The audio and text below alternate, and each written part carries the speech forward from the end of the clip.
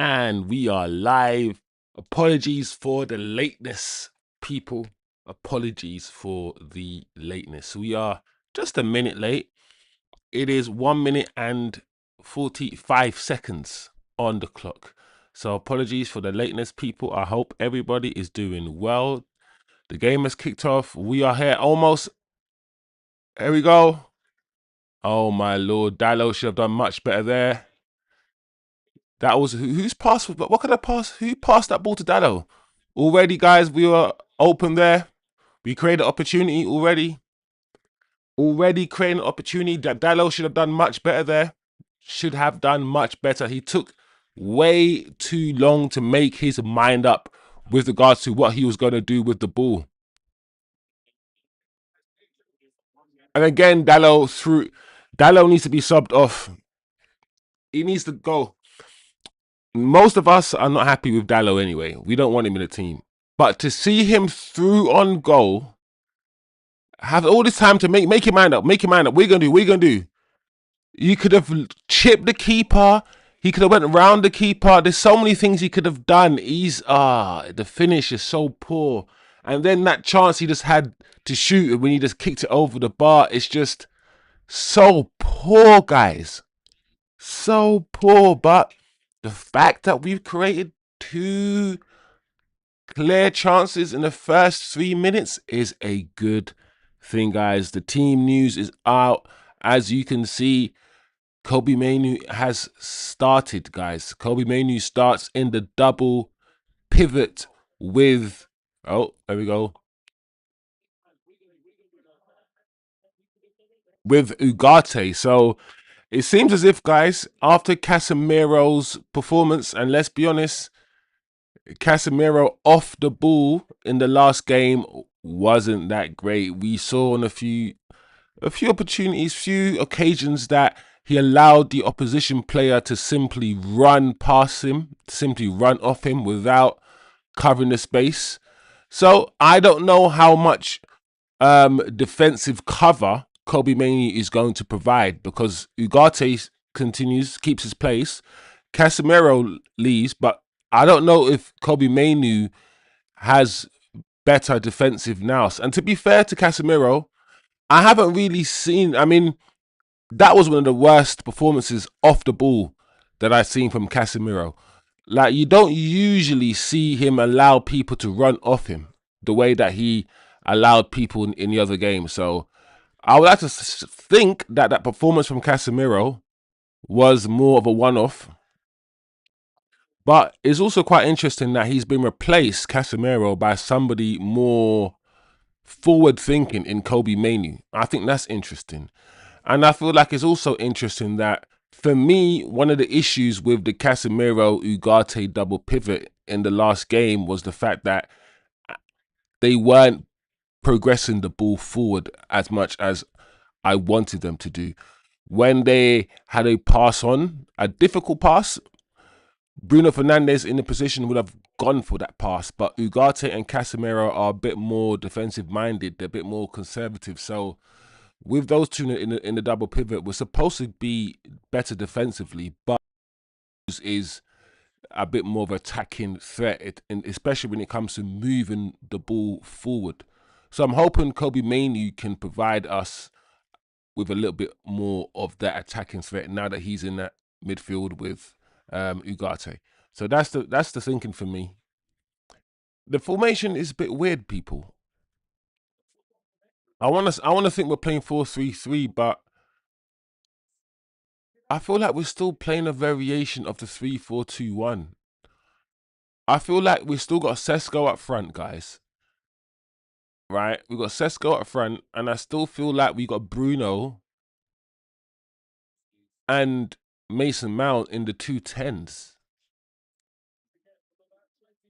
Let's see. I want to try to understand, people, how we're actually. Oh, nice shot by Bruno. Nice. That is quality from Bruno. Big up Orhan in the chat. Here we go. Big up Tim as well. Tim says, really hoping for a cup run. I think a good cup run. He came off Sesko. I think a good cup run will do us well because we're not in the Carling Cup, we're not in Europe, and as much as our previous manager tried to gaslight us and say that it's best not to be in any competitions, it's not really. It's not really. You want as much football as possible because you actually learn more playing football than you do on the training ground. So as much as Amrin will gaslight you and say, I don't want us to be in any competition so we can spend more time in the training ground. That doesn't, as we can see this season, it doesn't really work. The more you play football, the more games you play with each other, the more cohesion you build, the better your team. Not the less amount of games. Less games don't equal better football. The more you play, the oh my lord, Brighton almost got through there. The more you play football, the more matches you play, the better you'll be. I think Ruben Amorim was the first manager ever to try to convince. That's why I said to you guys, he's manipulating you. He was the first manager to come out and try to convince a whole population of human beings that less games means you can play better. A lot of people believed it, and I said to you guys at the beginning, hold on a second, playing less games, I don't know if that is actually better, especially when we try to build relationships and cohesion. I think playing more games actually might be better. But anyway, Brighton free kick, corner, should I say? Oh, can we get the ball clear? Oh, Cunha, that's not good. Big up TK in the building as well. I enjoyed Spurs versus Villa brawl. I don't. Yeah, that was a good game.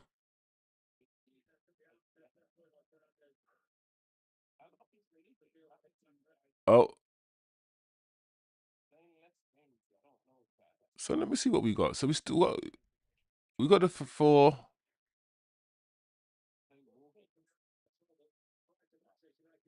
Have we got guys? What are we playing, guys?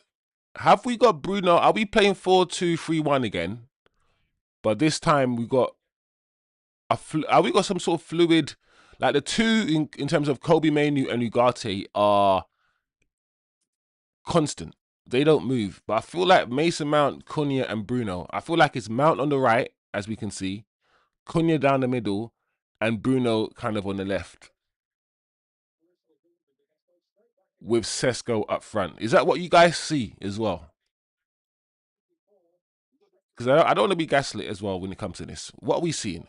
We're seeing a back four, yeah, of Dallo, Martinez, Lenny Euro, and Dorgu, right? Midfield double pivot of Ugarte and Kobe Mainoo. Just make sure that we're seeing the same thing, guys. And then we're seeing kind of like a floating three in front of them with Cunha, Mount, and Bruno.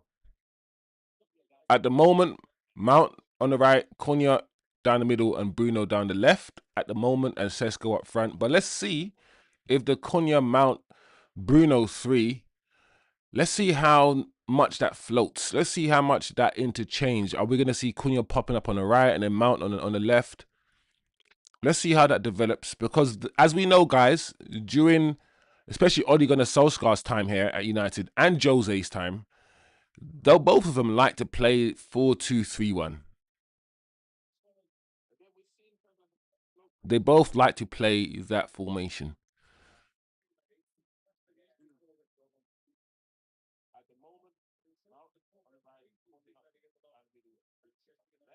Yeah, it is interchanging because at the moment, right now, we got Cunha on the left hand side now. We got Cunha on the left hand side now, and we got Bruno down the middle, and we got Mount on the right hand side. So it looks as if the two, Kobe Mainu and Garte, that's a double pivot, but the three in front, they're going to try to interchange, it seems. So let's see. Brighton on the attack at the moment, people. On the left hand side. And finish from Brighton. Goal 1-0. Very simple goal. Across into the box, which was headed by, I think, a Brighton player. Cleared off the line, I believe, by Dorgu and then smashed home by Brighton. Guys, I'm not going to be lying today. This is one of those games where it's 11 minutes in and Brighton have scored. But once again, I'm watching a game where if Dallo was a good footballer, okay, let me not be like that, right? But Dallo had like this is what I'm saying about that. This is similar to the last game, guys. We're watching a game where we haven't been bad in this game, right? And we're also watching a game where once again we've had the easiest opportunity. We've had the easiest opportunity. Dallo was through twice. Dallo was put through on goal, couldn't score, and then his other shot was kicked over the bar. We should be 1-0 up, but we didn't take our chances. Brighton, one chance Brighton created, guys. One chance they created. Just one, and they've scored. Like, that to me is just so frustrating.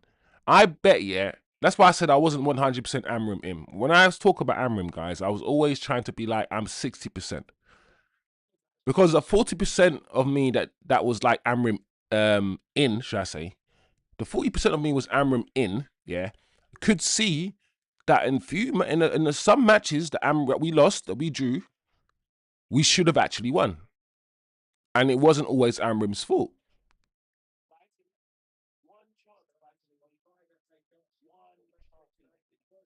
We just get the wrong people in the wrong positions. It shouldn't have been Dallo in that position there. There we go. It shouldn't have been Dallo.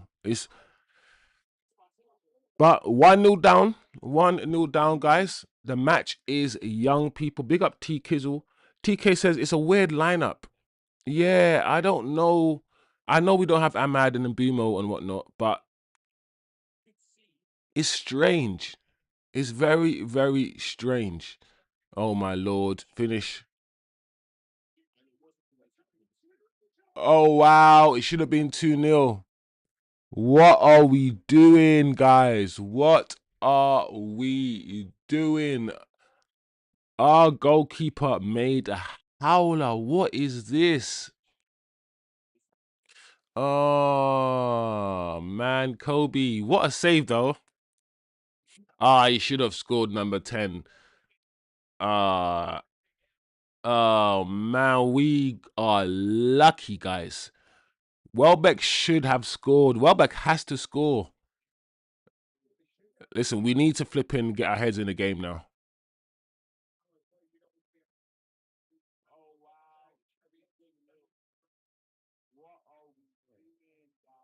What were we doing there, guys? I don't know, but we need to get our head back into the game. We didn't start the game badly at all. We started it well.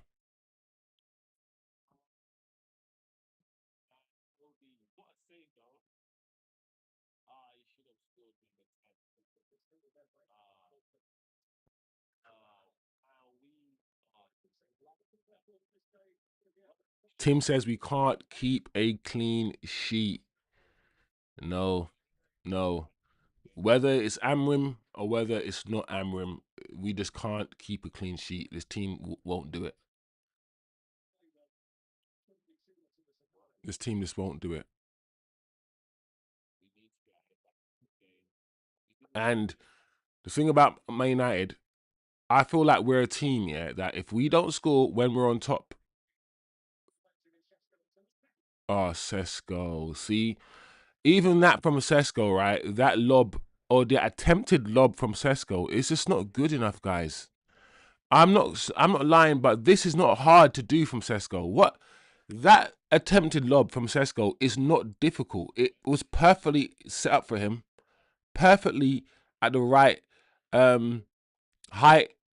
Just a just put a bit more power into it, Sesko, and that's a goal. Once again, I don't know. I feel like Sesko should have done better with that lob. I mean, he still might not have scored, but it's just if that's Brighton in that moment there, Brighton would have lobbed the goalkeeper and would have scored.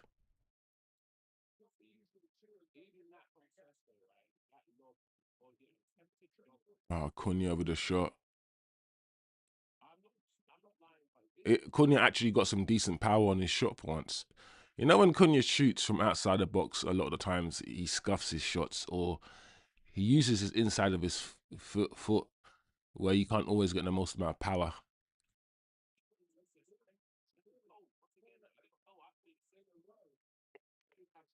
We can't keep a clean sheet for shit, guys.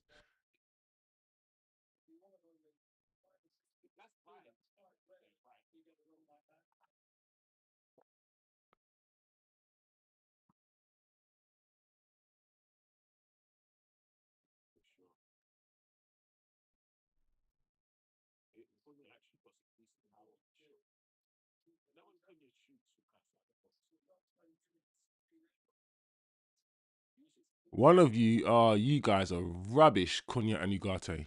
Well done, Cunha. Ah, Cunha. I mean, Dorgu. One of you got to get the ball. My gosh.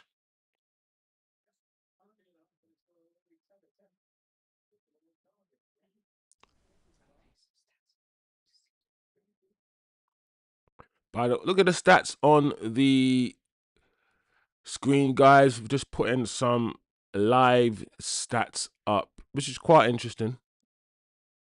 Quite interesting to see the live stats up. Just added some stuff to the screen.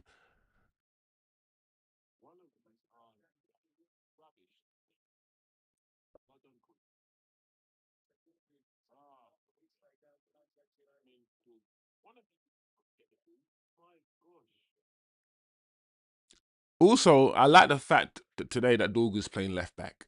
This is Dorgu's position. He's a left back.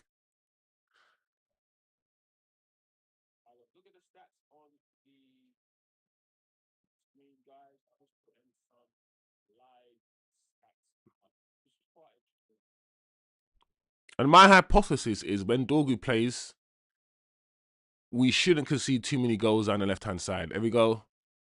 Dallo.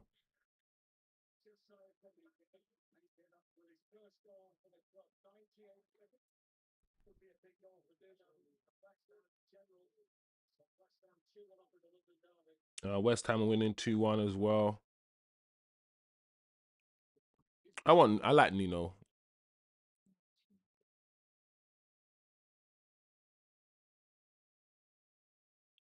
Bayern Munich drawing. Of course they're drawing Bayern Munich. What's wrong with these guys?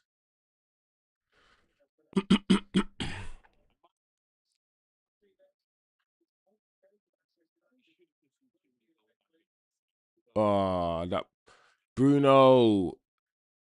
Think about Bruno. Bruno, when he passes the ball, a lot of times he doesn't take the right amount of care on the ball. He hits it so hard, like when he doesn't need to, especially when he's passing it. I feel like he knuckleballs his passes, and I'm like, bro, when you pass him, you don't need to knuckleball anything, bro. You can just pass the ball and respect the person who you're passing it to, so he can pass the ball so the person can control the ball, bro. If that pass to Dallo, it was hit so hard, like he was shooting. Oh, lucky. A cross into the box by Kobe Mainoo. Couldn't jump high enough over the bar. Goal kick to Brighton, guys. There's goals in this game for us. If we just continue, shore it up at the back, because other than the goal, Brighton haven't done much. Shore it up at the back. But the thing is, because we're doing this fluid front three thing,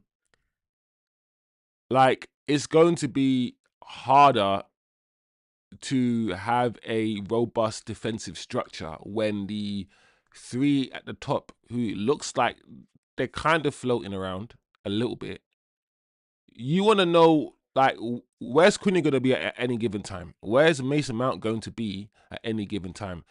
When you have a fluid front three, sometimes it's harder to define a defensive structure. Because Cunha could be on the left one moment, and then he's in the middle. Or you could be hit on the break, yeah? You could be counter-attacked while Mason Mount, Cunha, and Bruno are all in the same sort of position. Therefore, when you trying to get back, you're all over the place.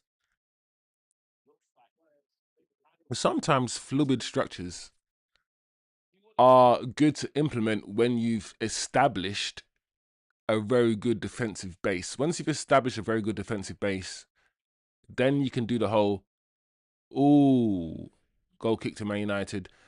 Then you can play about with the guys at the front because you know your defensive base is just so good and robust. But, all right, goalkeeper, let's not mess around, please.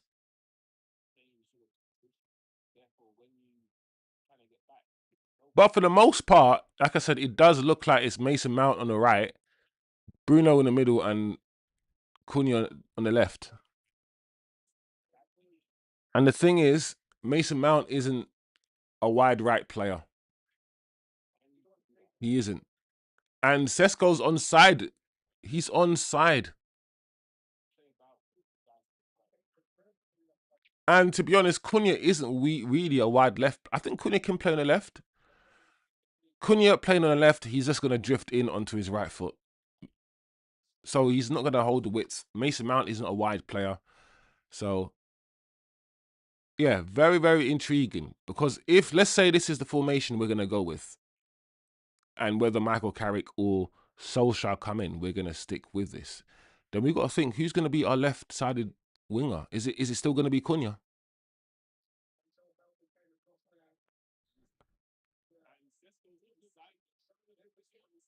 Like, I'm pretty sure. And on the right-hand side, is it going to be Ahmad or Mbumo? Because both of them want the right-hand side, don't they? Mbumo and Ahmad. I think, yeah, it's going to be Cunha on the left wing, left forward. Probably Bruno down the middle as a 10. And I guess you're gonna have either Ahmad or Brandon Boomer as a right forward. I would select Ahmad, but I don't mind whether it's Ahmad or Brandon Boomer. They both give you different things. I think Brandon Boomer is stronger than Ahmad.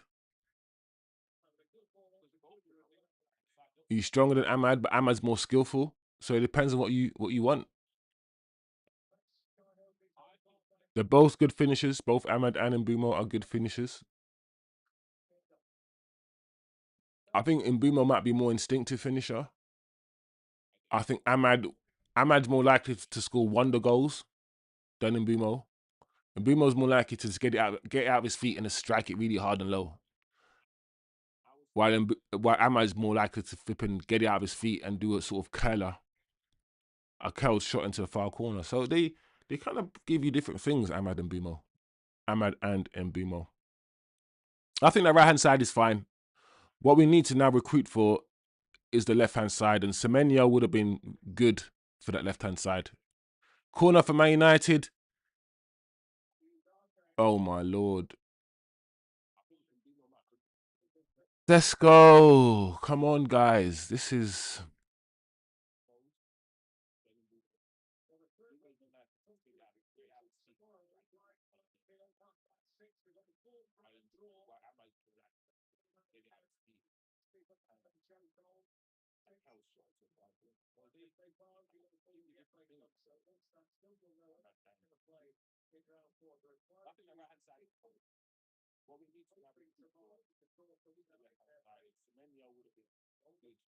Nice. Dorgu. Good defensive cover. This goalkeeper is acting, been very interesting.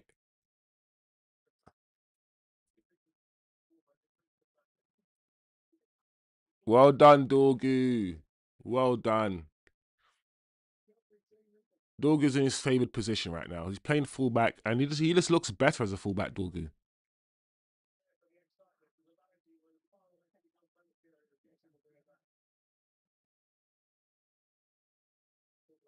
That's nice, Kobe.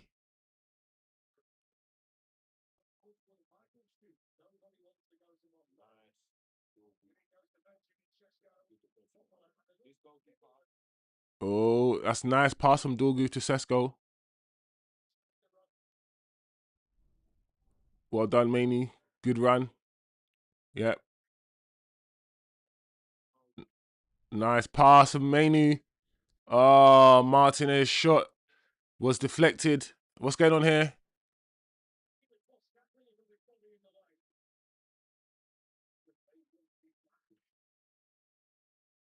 Oh, wow. Ball cleared on the right-hand side from Brighton. Man United trying to come back. Kobe Mainoo's, slide tackle. The ball won back by Dallo. Well, no. Brighton have the ball again. Oh, Dallo, man. Dallo is so frustrating, guys. There we go. Cunha needs to go over on that side. That's the problem. See, Cunha needs to. Good. Cunha's back. Bruno needs to close that man down a bit more. That's the problem. I've always said I don't know about Cunha and Bruno. They're both very passive off the ball. Off the ball, both Cunha and Bruno are passive. I think there's a stat that says Bruno is the most dribbled past player in the Premier League. You get nothing defensive about Bruno. When I spoke, I think the other day about Bruno never being injured, hardly ever been injured, and I said it's fake. Bruno's never injured. Then I thought to myself, hold on a second. Bruno's the most dribbled past player. So in my mind, I'm like, Bruno hardly engages. Bruno might press and he might run towards you, but he never really engages Bruno in a tackle.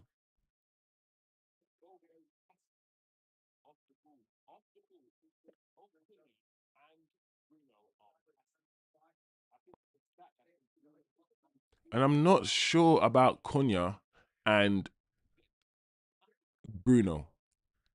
Because one of the reasons why I think Casemiro's not playing today is off the ball. But Cunha and Bruno, they don't give you anything off the ball either. Not the level of intensity that you want. Ah, Dorgu, bro. That pass from Dorgu was terrible. The ball won back by Mainoo. Dorgu has it. Dorgu moving forward. Cunha. Cunha, bro. You didn't need to get tackled there. You just released the ball to Kobe.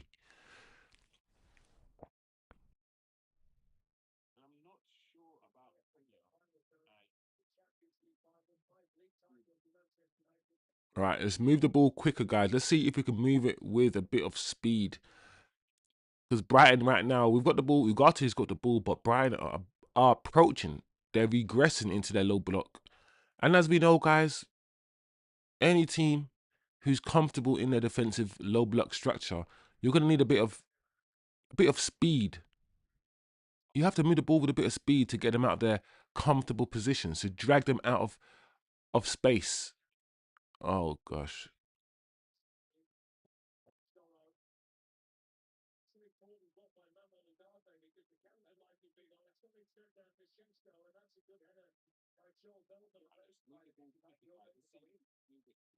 Brighton on a counter attack on the left hand side. Oh,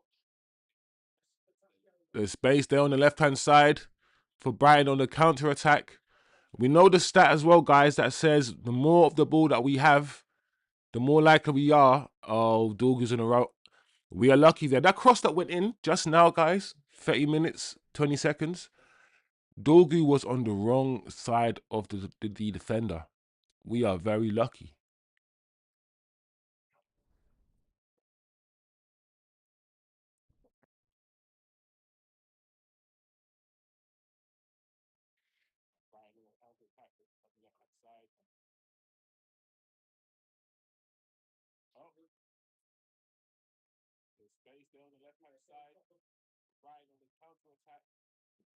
Tim in the chat. Big up Tim in the chat. Mount is having a quiet game. Oh, wow. Yeah, but this is Mount, though. The problem I have with Mount is that the game that Mount is having right now is the game that Mount has 99% of the time, right? Every now and again, he plays half decently. He plays a couple passes, does something half decent, and and everyone's supposed to worship him. Like what he does on a football pitch for us to wax lyrical over, like oh my and purr over. When I watch it, a lot of times it's just really it's standard stuff. It's never anything amazing. I've always said Mount is just good. Mount will never wow me. He will never do anything that wows me. He's not a starter. Mount is a squad player. He's somebody who is technically sound. He can pass the ball, he can shoot, he can do everything good, but not an exceptional level. He's not exceptional at anything, Mount. He's just good at a lot of things.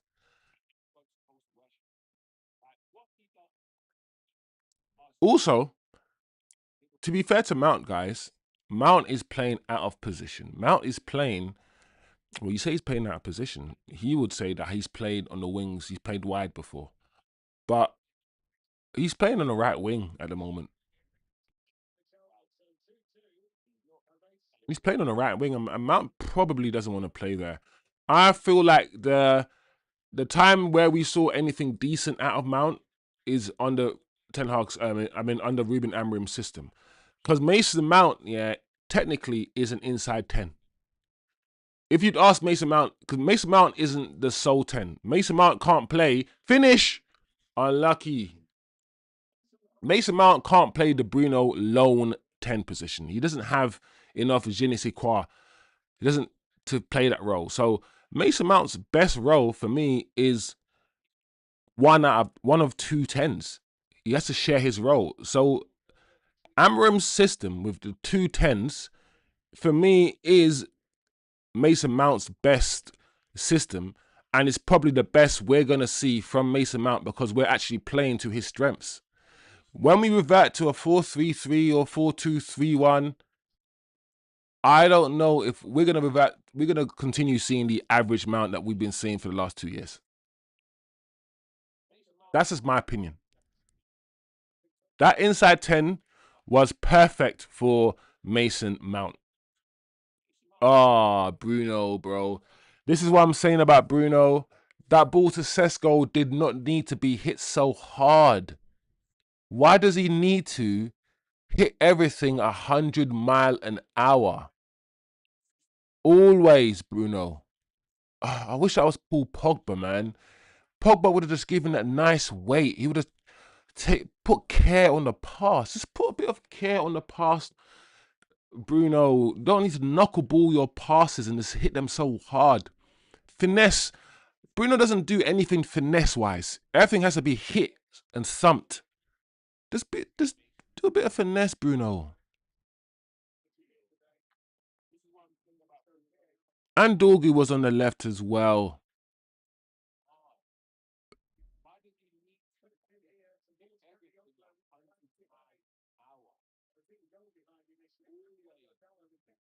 All right, Bruno on Brighton on the attack, guys. Who's closing him down? Dorgu, what are you gonna do? Oh my lord, Dorgu. Oh my gosh, Dorgu just flipping slipped. Brighton have the ball again.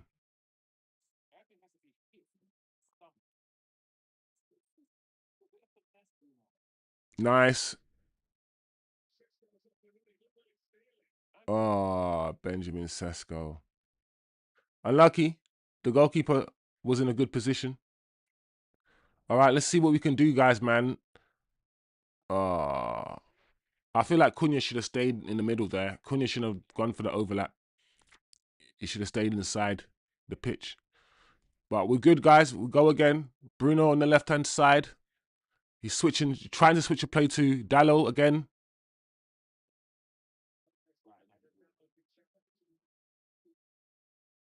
Okay, cleared by Brighton towards Dallo. Lenny Euro gets the ball. Is Heaven on the bench or is he injured?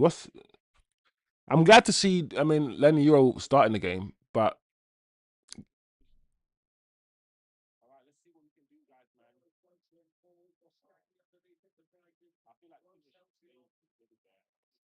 okay, let's go. Ugarte won the ball back to Cunha, to Sesko. Mount. This is good to Dorgu. Oh, Bruno, bro. Bruno, what are you doing, Bruno? I don't understand what Bruno was doing there. Just pass the ball, Bruno. Oh, when are we gonna learn, bro? Offside. Oh.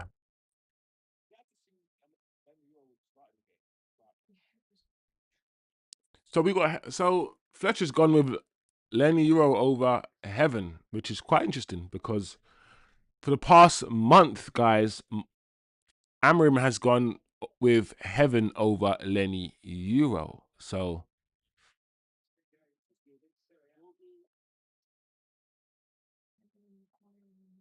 Maguire's on the bench as well. We got Xerxes Casemiro.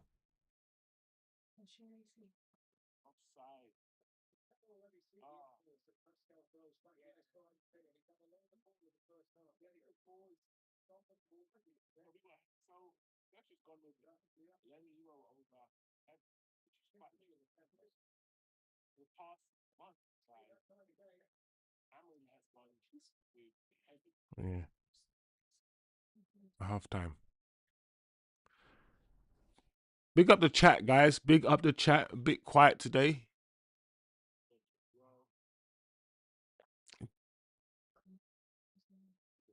Make sure you like, share, subscribe, do all of that beautiful stuff, people. 1-0 down with 7 minutes to go before half time, people.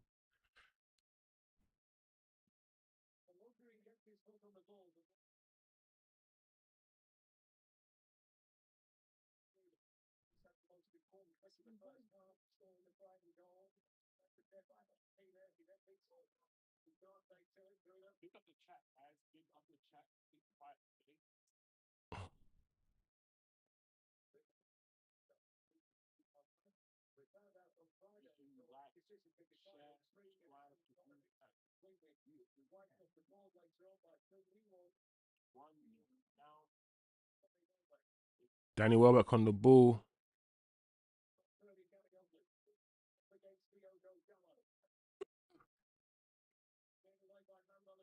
There we go. The thing is about Brighton, yeah, every time they attack, they look like they could score. Oh, side netting. We've stopped them, or we prevented Brighton from having like really any meaningful attack, right? A lot of Brighton's attacks break down before they get into our final third, which is a good thing. But when they do get anywhere near our final third, we just look nervous. We look unsure. We're not robust. We're not rigid. We don't need to be rigid, but we're not robust enough. Ah, Sesko, bro. Ah, it's so frustrating because there was a runner. Was it Cunha making a run on the left? Yeah, Cunha was making that run on the left of Sesko. If he could, ah,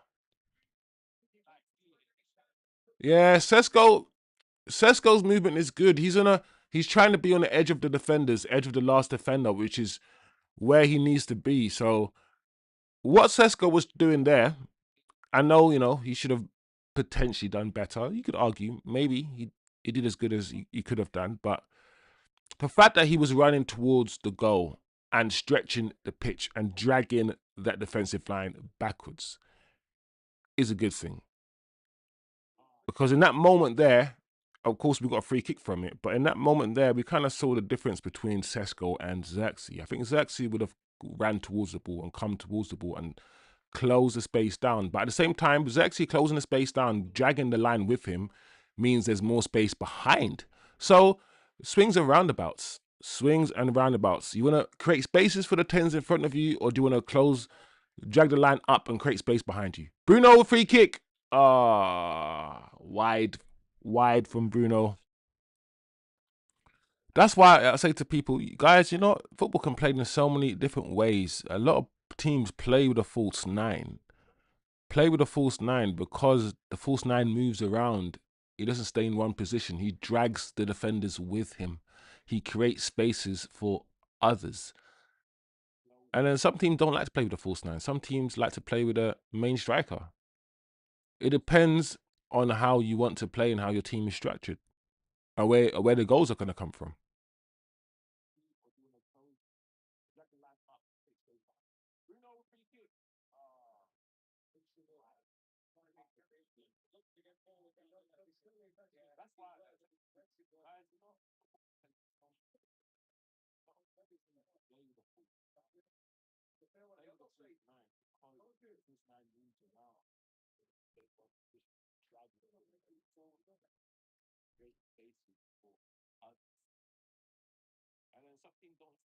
Tim says,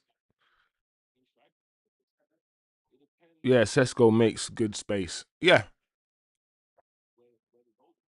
And that's what it is. Like, one of the most intelligent strikers I've seen is Ruud van Nistelrooy. He's very, very smart. His movement, yeah, in and out the box, Ruud, was just class. He just knew when to drop, when not to drop. He just understood space. He understood space.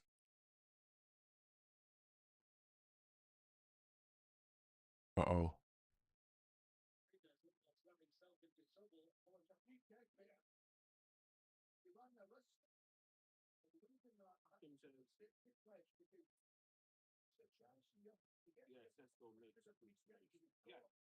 One thing we are going to see with Fletcher, unlike our previous manager, just like in the previous game, we're going to see Fletcher go for it.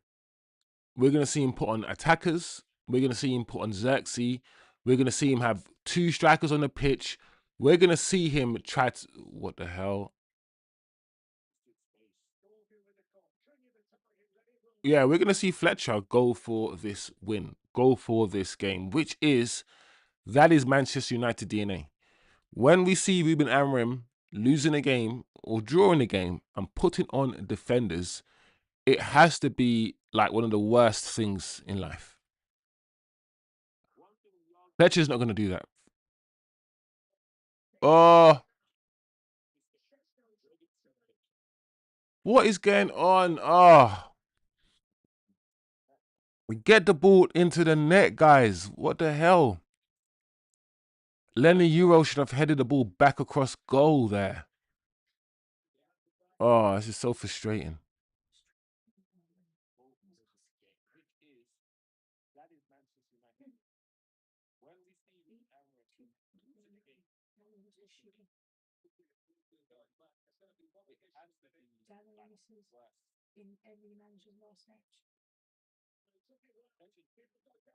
Dallo!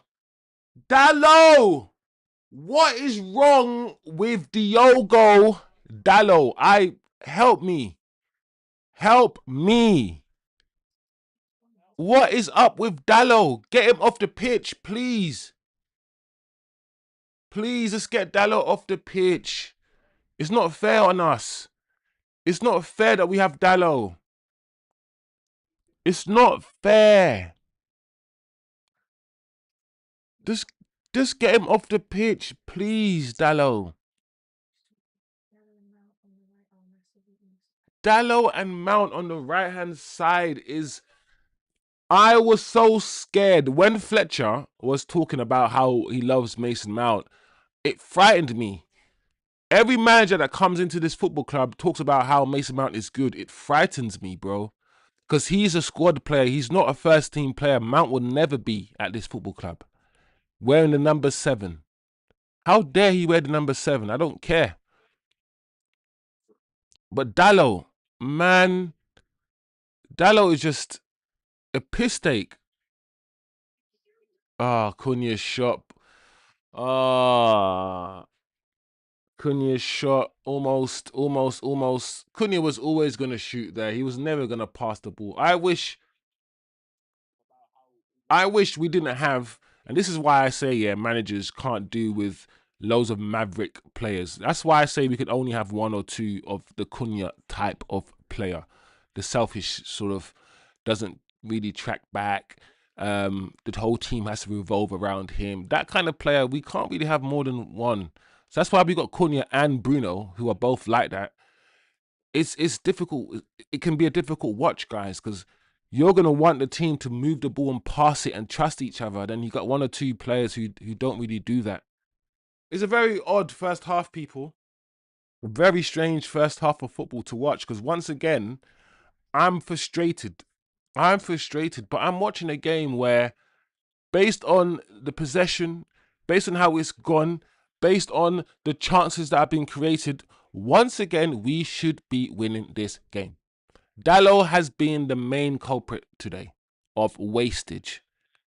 You could argue, why is Dalot the one being found in those situations? But the way the team is constructed, there's going to be a lot of space on the right hand side. And Dalot, at the beginning, was gifted two brilliant opportunities to score a goal.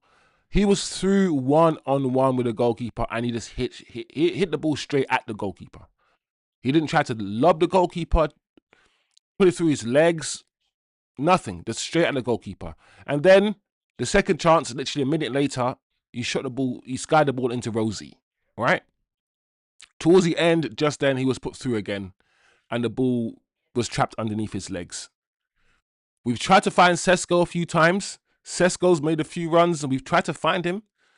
He's been unable to get away from the last defender. He doesn't have the, I guess, the pace that's required. And also, a few times we've overhit the pass. We've or underhit the pass. The weighting of the pass to Sesko hasn't been right. But then again, the one moment that Brighton have had, similar to the last game, the one moment that Brighton have had to score, and they took it. They took their opportunity. They took their only chance and they scored, while we've had at least three really good chances to score, and we've taken none of them. None of them. I question that right hand side. That right hand side with Mount and Diogo Dalot is dying, guys. It's absolutely dying out there. They're not giving us anything. They're not giving us anything. So, and I don't know what the manager could do. Maybe switch. Maybe switch Dalot and Dorgu. If Dalot is the one getting a lot of space on the right hand side, maybe switch them. Maybe switch Dorgu. Maybe Dorgu can give us a bit more than Dalot on that right hand side. Maybe we should do that and have Dorgu cutting in on his left and shooting. Because don't forget, one of Dorgu's best games recently was the game where he started on the right hand side. So Fletcher, second half, this is what I would do. I will move Dorgu onto the right hand side. I mean, we have to play Dalot. I don't think we have a fullback. Maybe Luke Shaw. Maybe put on Luke Shaw if he's not injured for Dalot. Yeah. Put Luke Shaw on the left, because I'd rather see Luke Shaw on the left than Dalot. I would. And then put Dorgu on the right hand side. And then think about taking Mason Mount off for maybe Xerxes around the 60th minute mark. Maybe give Mason Mount 15 minutes. I've got no issues really with Ugarte and Kobe Mainu double pivot. There are a few spaces appearing in the middle, especially when Brighton counter-attack. But I feel largely Ugarte and Kobe haven't done much wrong. The problem that we have today isn't really with our midfield and our double pivot and our inability to keep the ball. It's just taking our chances, really. Taking our chances and having a robust defensive structure. I feel like with the midfield that we have, with the likes of Bruno, the likes of Konya, our defensive structure is a bit loose. It's a bit loose. When Brighton are on a counter-attack, we do get back quickly, but I really want us to get back quicker. I want us to be more aggressive as well. I feel like, once again, with the likes of Konya and Bruno in the team, you're going to get dribbled past a lot because these guys don't really always engage. Bruno is the most dribbled past player in the league. So we have a few passive footballers in the attacking spaces. Amad Diallo is not a passive footballer. Amad Diallo doesn't get dribbled past really. Brian and Bumo, not really. So we just need to be more aggressive as well and stronger in the middle of the park. I feel like Ugarte is not having the worst game. He's not doing anything great, but I don't really notice Ugarte sticking out as doing something really bad. Kobe Mainu is keeping the ball ticking.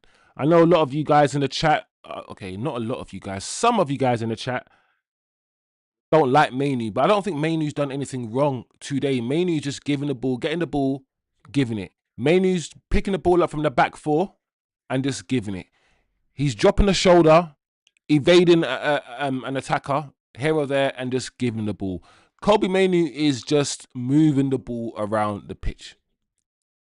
Is he doing anything amazing himself? No, but neither is Ugarte, and neither is Bruno, and neither is Cunha. I need more from our attackers, guys. I need more from Sesko. Yes, he scored 2 goals in the previous game, and it was really good for him, really good for his confidence, all of these things. But I just want a bit more from him in today's game, and I need more from our attacking players. That's what I think, guys. I think I need more from our attacking players, and Diogo Dalot, I need more from you, my guy. You need to do better. A lot of people are on your back. Your daddy, Amarim, has gone. Your daddy has gone, so I do not need any preferential treatment towards the Portuguese anymore, Fletcher. So please understand that Dalot's not having a great game. And the goal came from Dalot's side. Look, to be fair, it's not really Dalot's fault, but it's just who's marking players? Even when the ball, I'm looking at the goal again, guys, that we conceded. And even when the ball came across, it's like nobody wanted to mark that Brighton player. Everyone was just drawn to the goal. And that's what I say. There are some passive footballers and there's some reactive footballers and there are some proactive. We need, more proactive footballers rather than reactive ones. We need footballers, who can spot, that there's a Brighton man unmarked in the middle of the box. Can spot that man exists and then go and mark him before it's too late. We need proactive. We don't just need people just to react after the fact. And we have a bit too many reactive players. Oh, look at Dalot there. Dalot could have even passed it to Bruno. I'm looking back at the Dalot chance again, guys, and that Sesko chance as well, where Sesko, guys, we've had chances. We've had chances to score in this game. So how do you go about assessing this first half?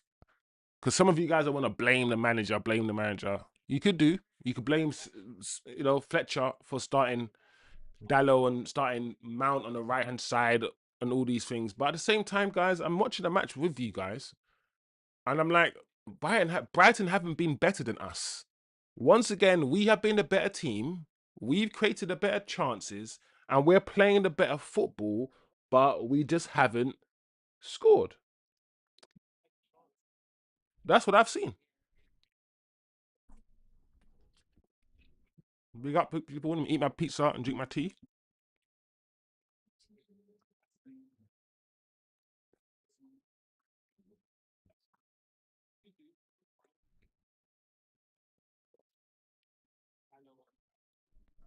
Ivan says, man, honestly, I don't care about our attacks if we can't capitalize. I'd rather have a team who attacks twice and score 2 goals rather than this garbage. Yeah, but Ivan, it's a bigger picture. If your attackers can't capitalize and can't score goals, therefore you can't blame the manager.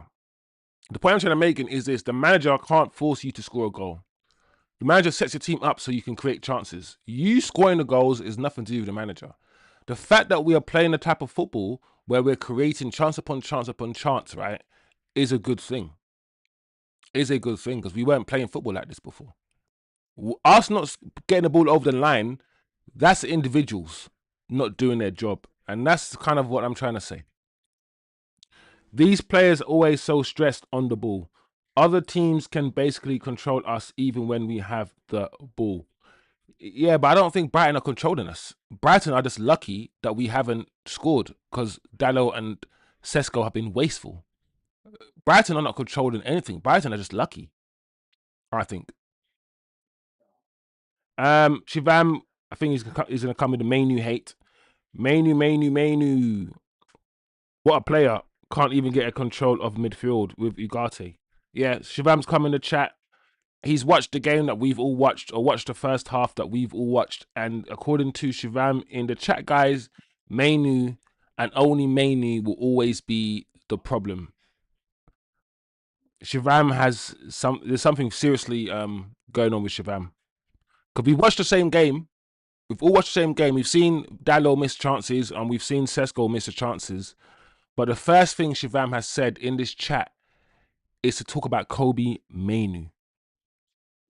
Like I said, I try to create a fan base of people who can critically think, who understand football. And I hope that we can disagree on a lot of things, but we're all intelligent enough to just be honest with what we saw.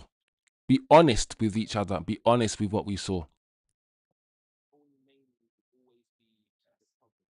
And I feel like that level of dishonesty with Shivam is like, it's crazy. For me, just like before, it's crazy to me. Like I said, different opinions on this channel, yes, but having an agenda like that for me is insane. It's insane. It's like there's a spot in your brain that's just not, you can't see things. Yeah, it's interesting.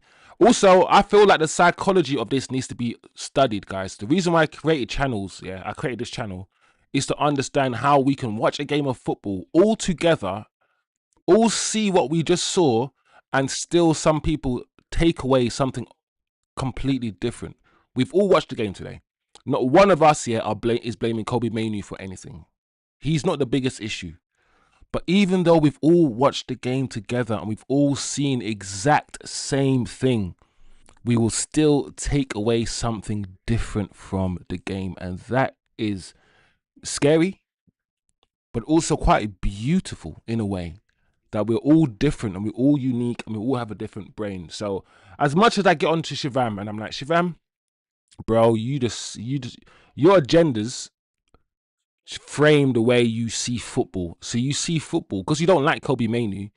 You're always going to watch the game focusing on Kobe Mainu and being overly critical on him because you already have that dislike. So your unconscious bias, which is what we talk about. We say what we see, not just how we feel. And I feel like your unconscious bias, your dislike for a player will just shape the way you view that player and all of his actions. The hatred of Paul Pogba, for instance, means everybody focused on Paul Pogba. They scrutinize every single pass, every single shot that he ever did. So you're going to rate him, you're going to value him, you're going to view him differently because of that. It's just so, it's fascinating to me. It's fascinating. Big up everybody. Ivan says Mainu's literally the only one making recoveries. Yeah, Ivan. At this point, everyone can have their opinion in the chat, but at this point, if I feel like something is clear bias and clear some sort of rage bait thing, I might not even read it out anymore at this point. Tim says I'd give Lacey 30 minutes. Tim, at this point, I'll take Lacey. I'll put Lacey on for Mason Mount.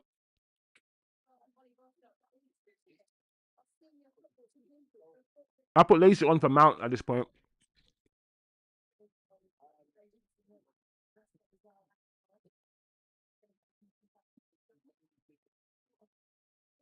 Yaya says, bro, we are starting another cycle. Yeah, I mean, technically, I guess we are starting another cycle, but I hope it doesn't take us I hope it doesn't take us 3 years, Yaya, to get back to the top four. Because this season, if you look at the league, top four is up for grabs, guys. The league is so inconsistent. The fourth place team, I mean, the top three, you can say Aston Villa, Man City, and Arsenal, they're more or less there, right? But that fourth position is there for us, guys. It's there for us. So yeah, I hear what you're saying. I just hope that it's not going to be 3 years. I hope it's going to be 1 year, maybe one window, and we're back in the top four. And the reason why I hope that's the case as well is because we haven't just recruited for the manager. We've recruited for the club. Lenny Euro, all of these guys, Cunhas and Bumos, that's part of the club's rebuilding cycle, not the manager's rebuilding cycle. So I just hope whatever manager that comes in is just gonna take the baton and continue rather than fully start another cycle, if that makes sense. That's what I hope anyway. That's just me hoping. Um I've fully Ivan says I have fully conscious bias against Dallo.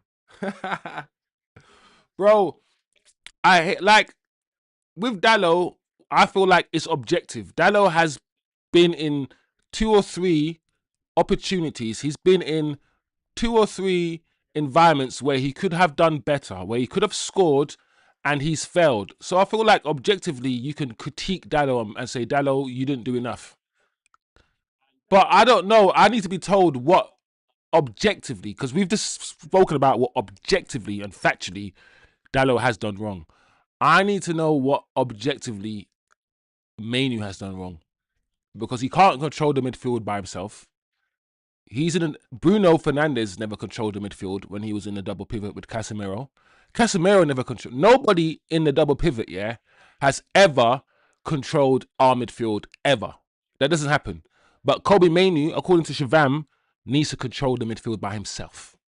Something that Bruno has never done and Casemiro before him has never done. But his expectation for look at Kobe right now on the ball. Look at him moving forward, dropping a shot. Look right now, 45 minutes, 46 minutes on the clock. Look what Kobe Manu just did, dropping the shoulder, trying to burst forward. Shivam's gonna look at that, and Shivam's gonna say that's terrible stuff. We're all gonna look at that, and we've all seen that Kobe Manu drop a shoulder just now, literally just now, which was really good that he burst forward, and he's won a free kick. So we've all clearly seen what that, and Bruno's now over the free kick. There's going to be someone in the chat that's seen the exact same thing that we've just seen and says, oh, Kobe Manu, why is he trying to run forward? Why is he... It's insanity, bruv. Free kick to Bruno. Oh, Bruno, free kick straight to the goalkeeper's arms.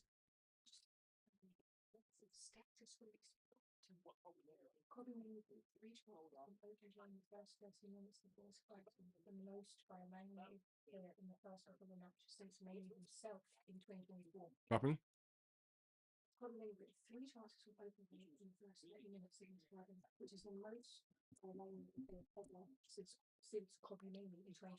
By the way, here's a stat for Shivam and all the Kobe Manu haters. Kobe Manu, in the first 30 minutes of this game, created 3 chances. The most by any Manchester United player, yeah, in the last, or the most since the most of any Manchester United player since Kobe Manu himself in 2024. That's a fact. Kobe Manu, in the first 30 minutes of this game, created 3 chances.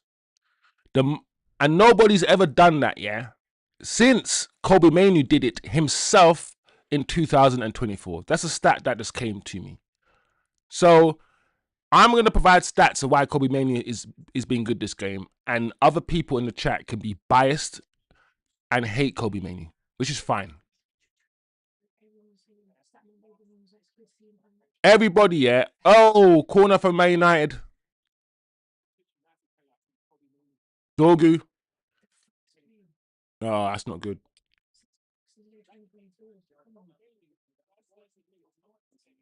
It's insane that you can watch this game and take away that Kobe Manu's the problem, bro. Like, that is like crazy to me.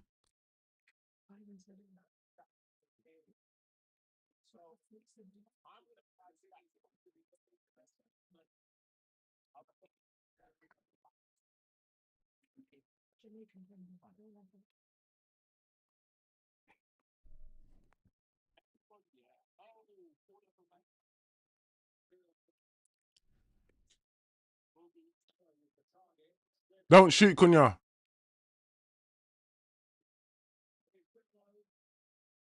Oh man. Ivan says, but guys, if we crash out of the FA Cup, we have less games, can focus on top four. Bro, there's like I said, yeah, there's pros and cons. Yeah. That's all I'm gonna say. There's pros and cons of this less games business, bro. There's pros and there's cons. It depends on how you see it. If you got big enough, if you got a big squad, I don't know how good it is to have less games when people want to play football. Ah, oh, Kobe, that's not a good pass, Kobe. That is no good pass. But Bruno should have been on his toes though.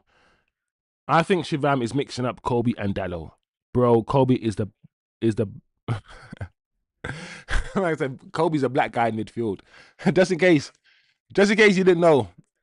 Just in, just in case you didn't know who Kobe Mania was.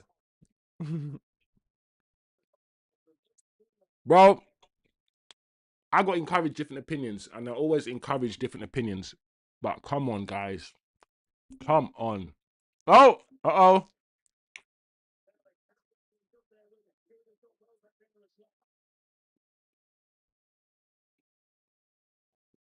Good defending.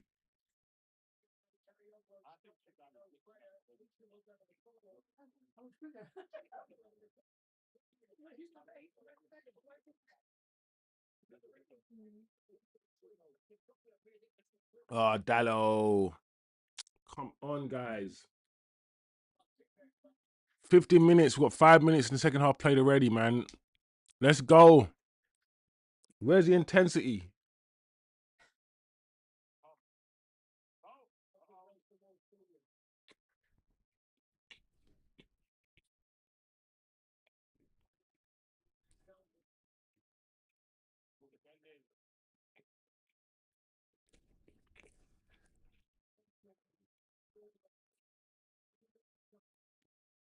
Finally, man. I'm like, how many times have we fallen over in this corner and not get a free kick?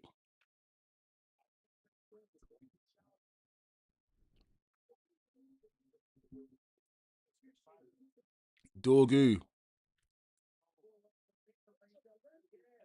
So Fletcher made no changes in the second half, which is quite interesting. It does look like the best opportunity that we're gonna get. I mean, I can't say that because the best opportunity that we've had hasn't come from a set piece. It came from open play. But let's see if we can utilize these set pieces, man. Oh,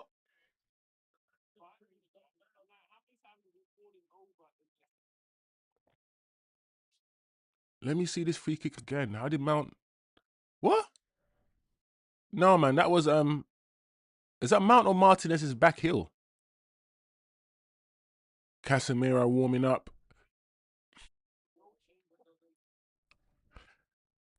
Lacey as well.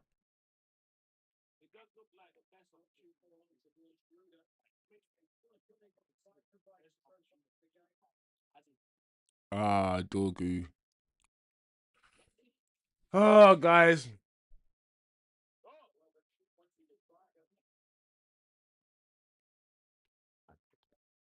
Foul by Dorgu.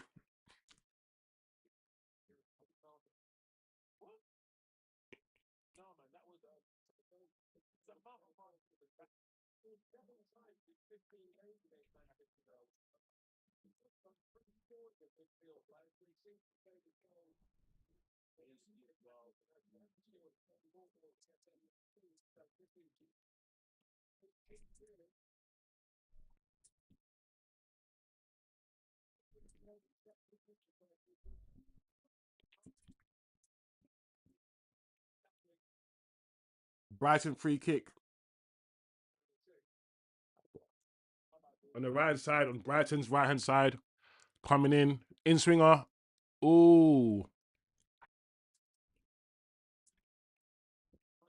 We'll take that. Goal kick to Manchester United. Let's go, guys. Heading towards the 55-minute mark. So 10 minutes. I feel like 60 minutes, you got to make a sub.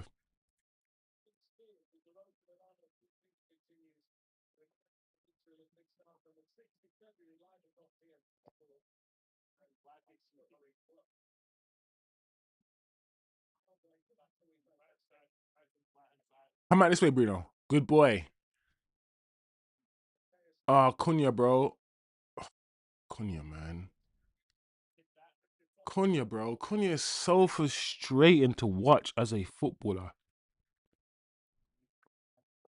The more I watch Cunha, the more I'm convinced, yeah, that if we want to win the league, he might be another squad player. He might be that player we sub on, yeah. We play in a lot of games, but we sub on after the 60th minute mark because he can do something a bit different. Because when some managers, they play players that they can trust and be consistent. I don't feel like Cunha at this point yet has shown me enough consistency in his performances.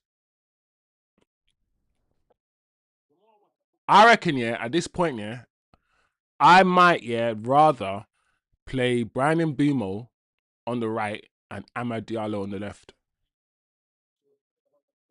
So I feel like with Ahmad, he's just he's gonna pass the ball to whoever needs the ball. He's not gonna I feel like he's not gonna over dribble things. He's gonna lay off when he needs to lay off. His decision making, Ahmad Diallo's decision making, is better than Cunha's decision making.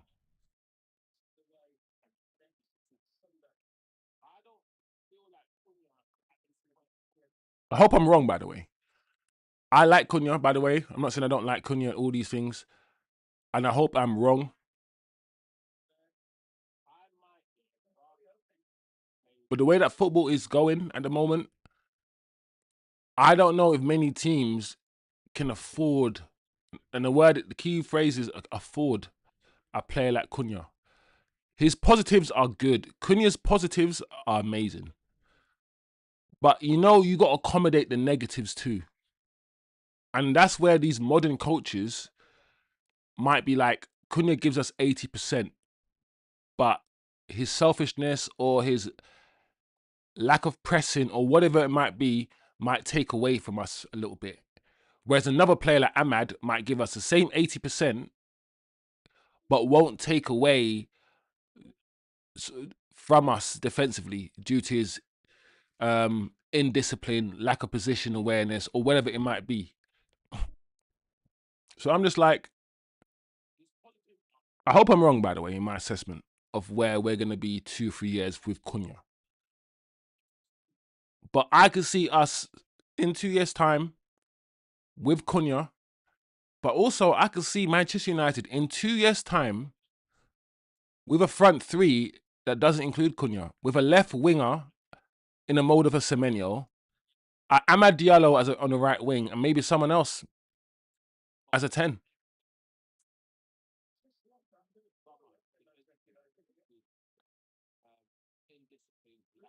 Brighton on the attack here. Corner to Brighton deflected. What? A goal kick. All right, we'll take that as well. 57 minutes on the clock. People.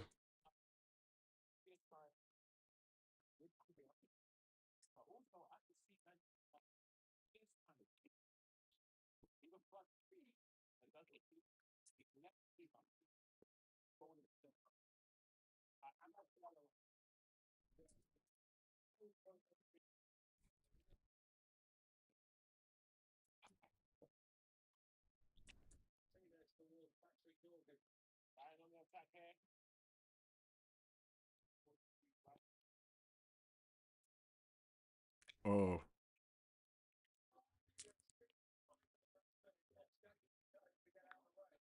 Like that ball from Cunha in the box there, it's just not good enough. Just not good enough, guys.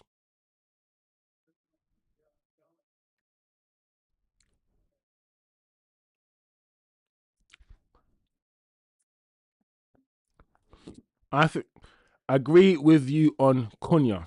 He seems a bit of a feast and famine player who had a charmed year last year. Yeah, like I said, I hope I'm wrong, but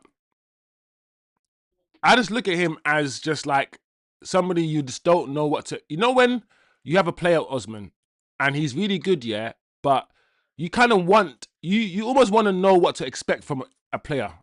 And because Cunha, you never know what to expect from him at any given moment, whether he's going to dribble, whether he's going to pass the ball, because he's a bit too unpredictable. The players around him don't know what he's going to do.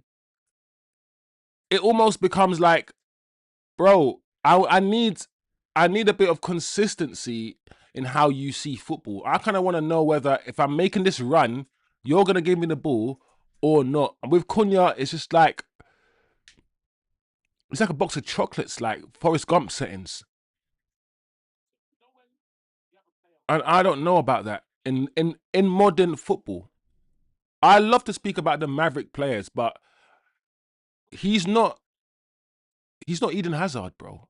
He's not at that quality of Eden Hazard. So when I talk about the Maverick players and how the Maverick players are missing in football, I'm talking about the Eden Hazards and the Neymars. Cunha's not up there. He's not there. So it's like, does Cunha earn the right to have that sort of football, to be a footballer that could do anything, that can do flicks and just loses the ball all the time? Like, is he that good, yeah, a footballer, for him to have the right, yeah, to play how he's currently playing? Is basically what I'm saying. You usually, with the freedom that he's currently playing, and I don't even want. And by the way, guys, I'm not trying to have a go at Cunha. I'm just trying to. I hope I'm not anyway. I'm just trying to think. I'm trying to help him. I think Cunha has a good future. He's a good player. I just think he has things he needs to work on.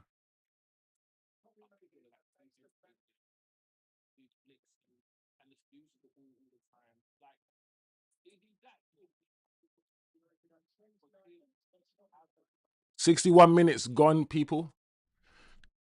All right. The second half has been poor. It's been poor. The last 10, 15 minutes, we haven't looked like we're going to score. The first half, we created chances. It looked like we could score. This second half, we haven't started well, and it doesn't look like we're going to score at all. Kobe Manu is coming off for Casemiro. Oh, no. Xerxes. So we're probably going to get Bruno moving back into the double pivot with Ugarte. No? What we have it? Yeah. So we're gonna have Bruno. What we're gonna do? We're gonna have Bruno move back in the double pivot with Ugarte. We're gonna have Xerxes probably playing behind Sesko, and we're gonna have Shea Lacey, play on the right hand side where Mason Mount was playing. That's what I think is going to happen, guys.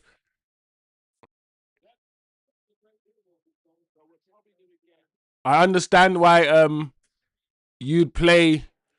Oh, I mean, at the end of the day, you need attacking players, um, but you also need a defensive minded player. So keeping Ugarte on the field, I understand that, and essentially replacing Kobe Mainoo with Bruno, asking Bruno to to go back into midfield.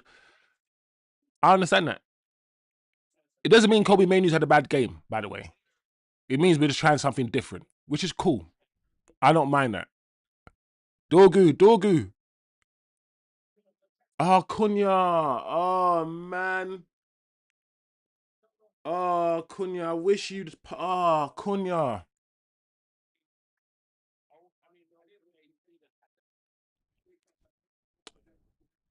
He had Dorgu on the left as well, Cunha, to pass to. Xerxes making a run.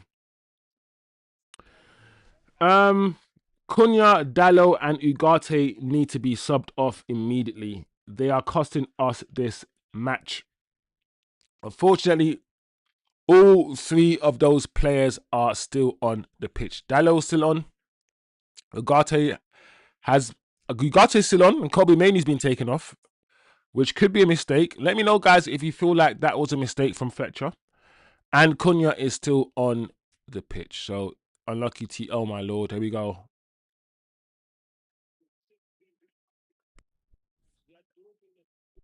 Two 0 game, set, and match, guys. The game's over. The match is over. Danny Welbeck does what he usually does and shows our strikers what a striker is supposed to look like. 2-0.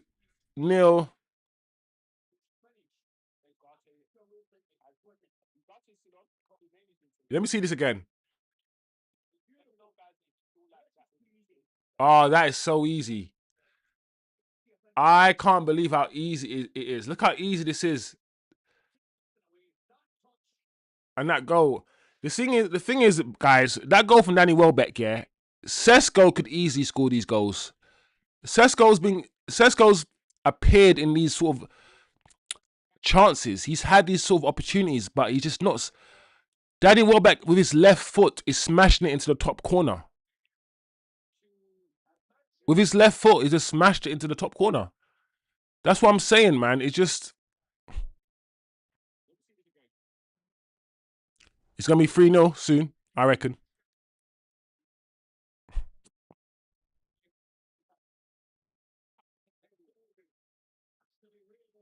Offside.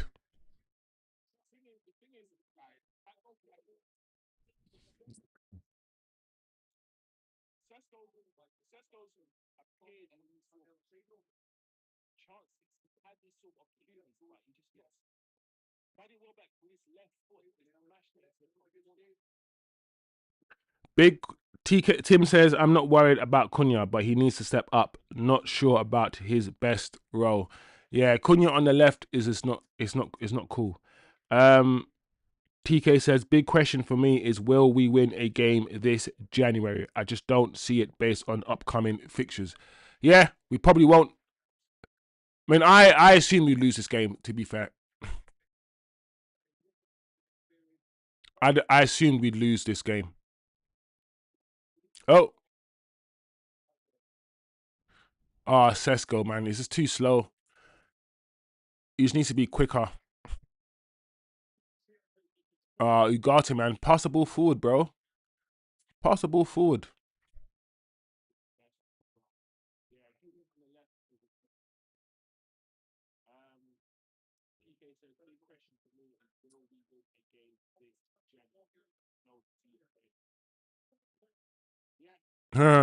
You got it. Tried it.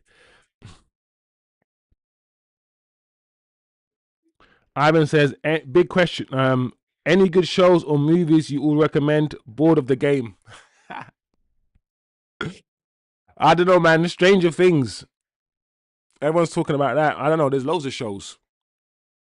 There's loads of UK shows, bro.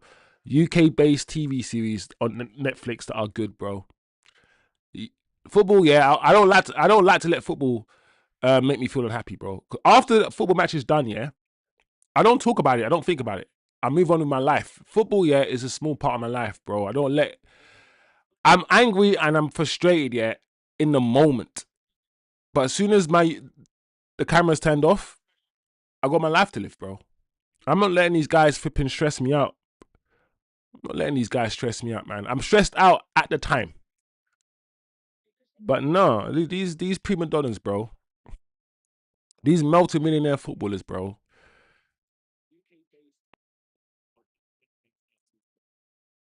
Bruno, man.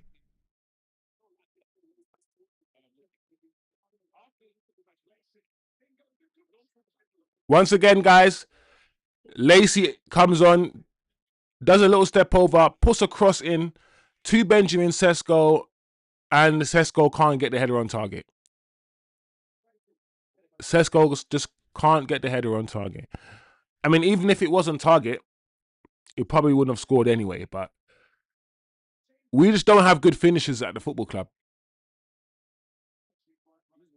Like we don't have a player at the moment that we are like sure that in front of goal he's gonna score. He's gonna like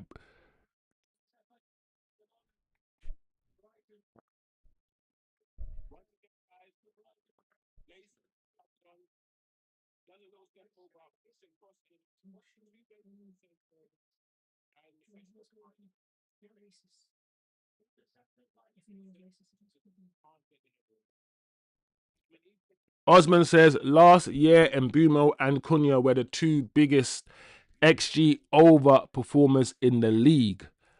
Some reversion to mean would be expected. Mbumo has met the level at United more convincingly than Cunha. Yeah, I feel like they were different. I think Cunha had the role at Wolves where he was the big fish in the small pond and he could literally do whatever he wanted. They relied on him. And therefore he can run anywhere, do anything. He didn't have the discipline.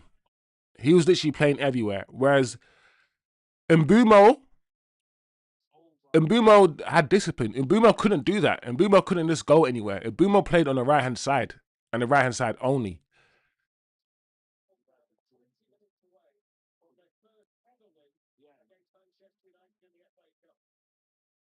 So I feel like their mentalities, they got different mentalities almost.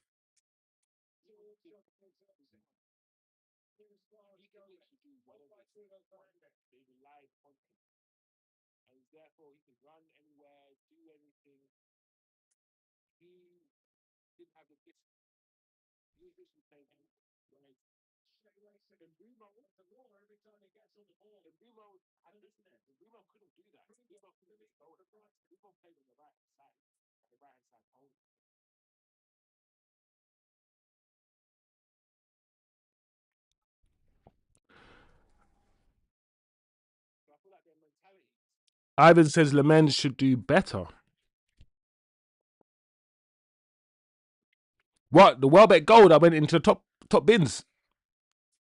I don't know. Maybe. I need to see it again. If you mean the Welbeck goal, but I thought I saw Welbeck smash it into the top corner. Yeah, maybe I need to see it again, Ivan.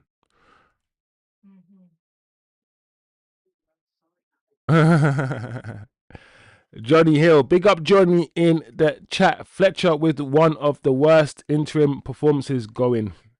A draw and a loss. The fact people was willing to let this guy be interim till end of the season makes me gag. Yeah, I don't understand this Fletcher thing. He didn't do anything. Like, I'm not one of those Johnny. I refuse to be one of these people who doesn't need evidence to have an opinion about anything.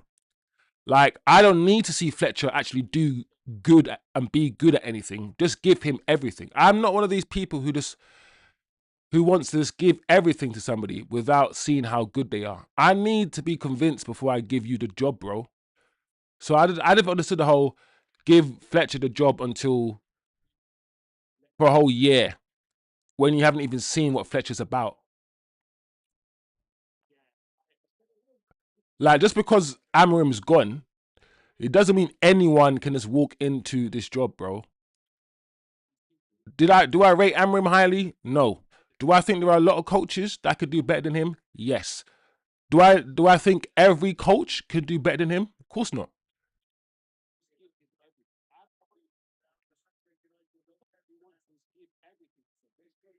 I think the game will end 3-0. Um, Big up Fimiens as well. Had to come through to see your stress level, bro. Bro, I'm I'm at a decent place right now when it comes to Man United.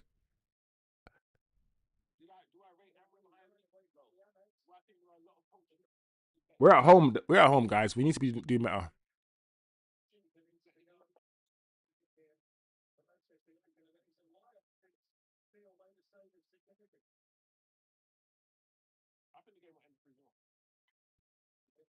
I'm good, bro. Ain't too stressed. Ain't too stressed.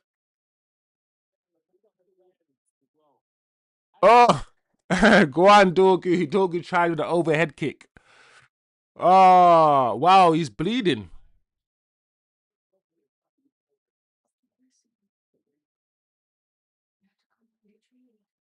Why is Dorgu bleeding like that? Flipping heck.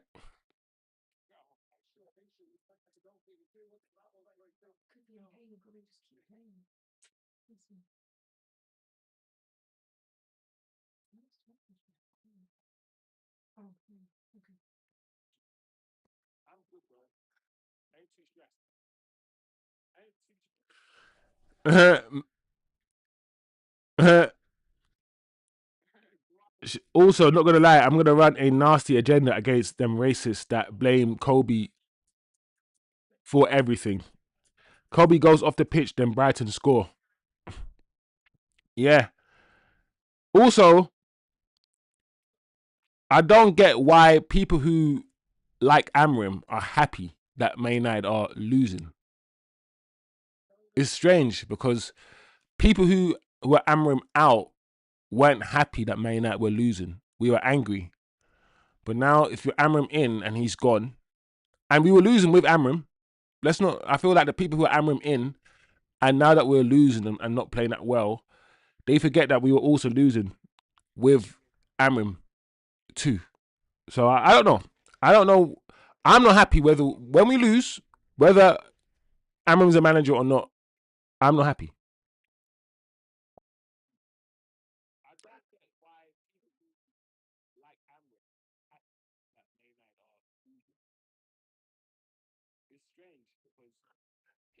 Ivan says it's gonna. I'm not gonna read Shivam's messages. I don't understand them. Is he happy? Is Shivam saying?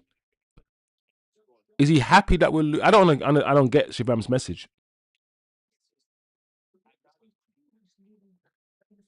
I feel like Shivam is fully crashing out. Fully crashing out. Guys, don't let football allow you not to think logically. Sometimes it happens to me, and sometimes these guys get me so angry, yeah, that I can't think clearly, and I just get angry and I start having a big argument with TK or whoever in the chat. It happens. I think it happens to all of us. Football, it gets you emotional. It gets you in a place. But I'm not happy about the general performance, and I'm not happy with the scoreline. I think structurally, we our defensive structure isn't the greatest. That's one thing that's clear.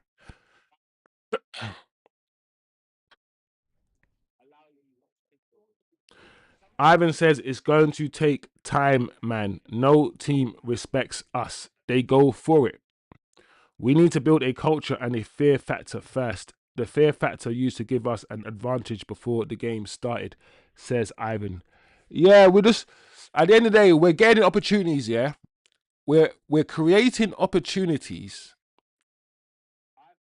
to score goals as we have seen, and we're not clinical. We're not bearing their chances. And the likes of Brighton are.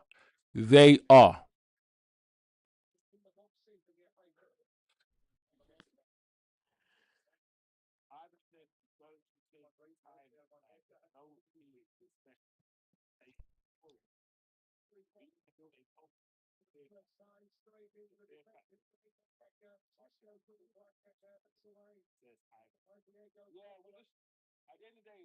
Oh wow, that's not good at all.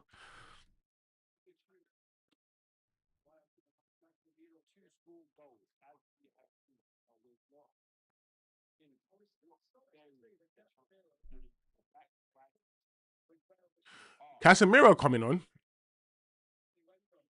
for Ugarte. I reckon that probably should have happened before or earlier. Um, Maguire for Martinez. So what we're gonna do? We're gonna put Maguire up front and throw some crosses into the box. Probably.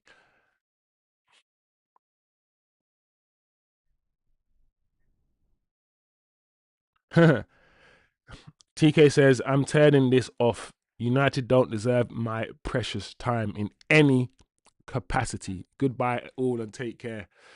Big up, TK. Big up, TK. Still 10 minutes of the game left, though. Who knows what could happen? But I hear you, though, man. It is a frustrating watch.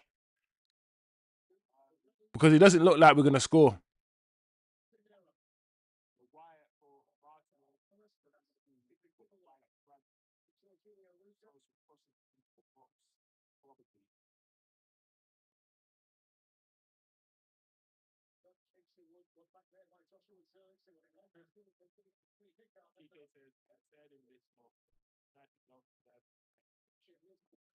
United don't deserve any of our time.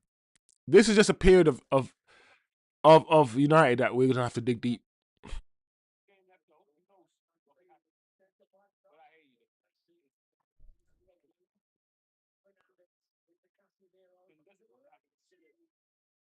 Like I said, Ineos, unlucky Lacey. Ineos are who we should be looking at. Whether you're Amrim in or whether you're Amrim out, whether you're Shivam or whether you're not, it's all Ineos. It's all Ineos making these decisions, bro.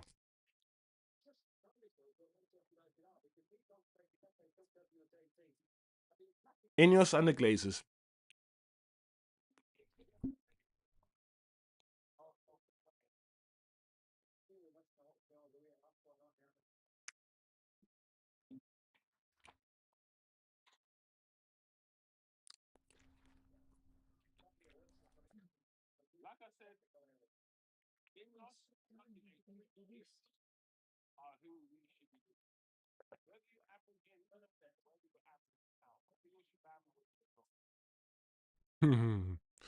Lenny Euro.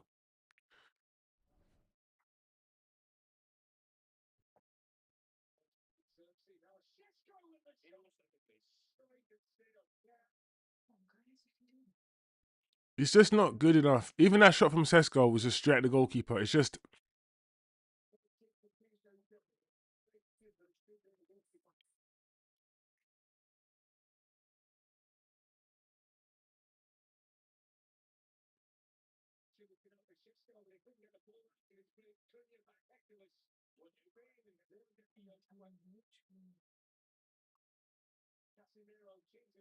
Ah.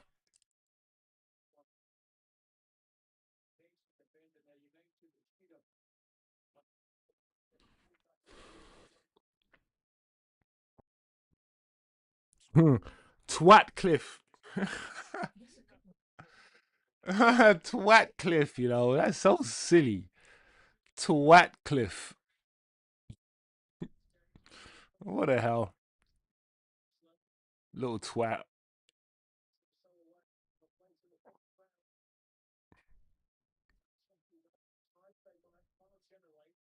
But just like Ruben Amrim, just like we lost against Grimsby in the first round of the Carling Cup, it looks like we're gonna lose against Brighton in the first round of the FA Cup. So, you know, some of you guys argue that, you know, less matches is better. So we're gonna have less matches in the league now. Now we can fully focus on the league. This is not good, guys.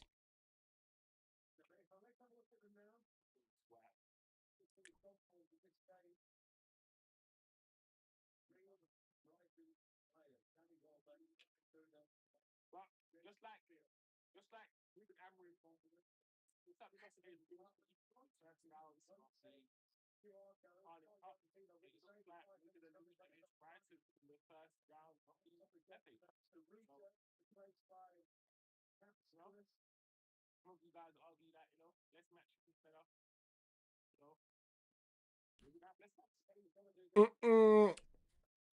Uh, can we score a goal at Old Trafford?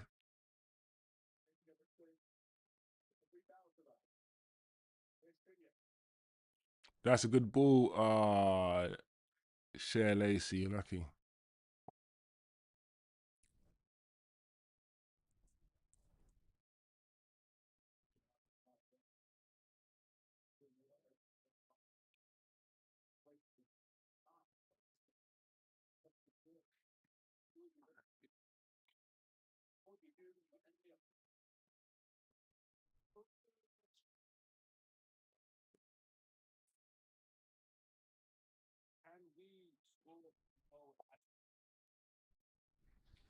Tim says, I've been supporting this club for 30 years. Never felt so down. Yeah, it's the helplessness. It's because we've gone from one manager to another manager. Literally, we've gone from Amrim to Fletcher. We've had no new manager bounce. Don't forget, we didn't get a new manager bounce when Amrim came in either from Ten Hag. We didn't get a bounce. And now Amrim's left. Fletcher's taken over. No manager bounce. It's because we can't see how the situation, or a lot of us can't see how the situation improves.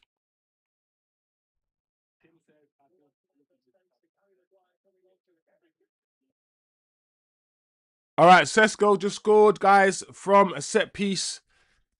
That's the least he should have done. I'm not gonna lie, he should have scored a goal by now in this game.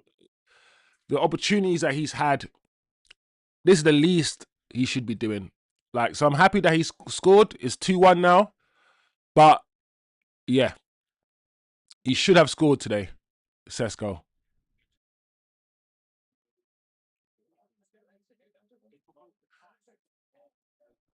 Good goal, guys. 2-1. We got 5 minutes to score another goal. We've got 5 minutes to find another goal, guys.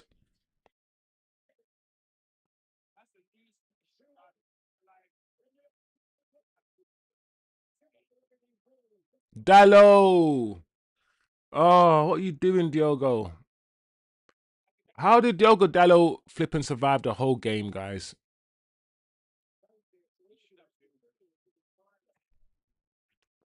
Look at that chip, yeah, from that striker. I know it's offside, but it just brings me back to the Sesko chance where he could have just easily lobbed the goalkeeper.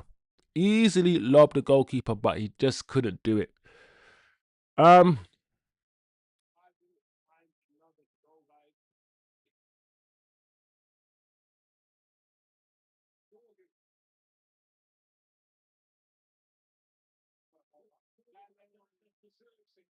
lucky Zaxi. Just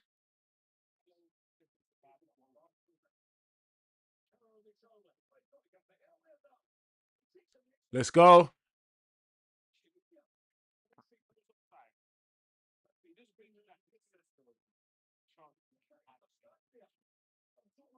Mm, at least we got to go anyway. We didn't lose 2-0. Ivan says, I've changed this year. So I would like to say well done to the players. Great fight. And well done to Fletcher. Better luck next time. Only spreading love. Maybe this is the way. I really like this is the way. Ivan, I hear you, bro. You're making me laugh. You gotta change your perspective. You gotta change your perspective to find happiness sometimes, bro. I hear you. Sometimes when you ref, Sesko, you gotta change your perspectives. That thing that didn't give you happiness before, train your brain to feel happy. Cunha, man. Cunha just turned into trouble, bro.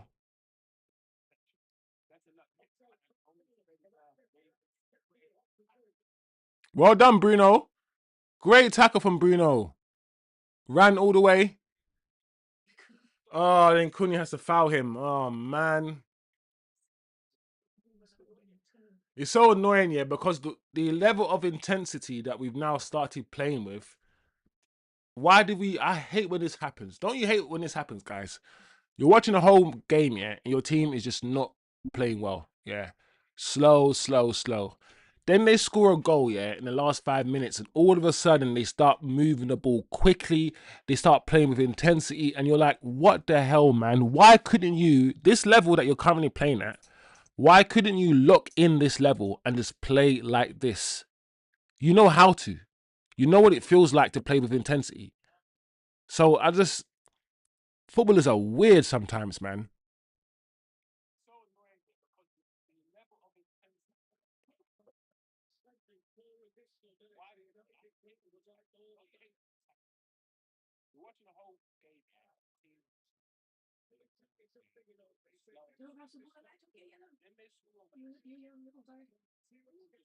Second yellow.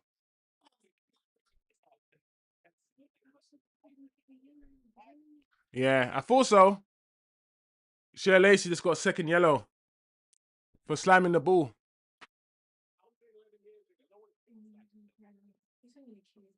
This is crazy. Unlucky Lacey. Because that wasn't a foul.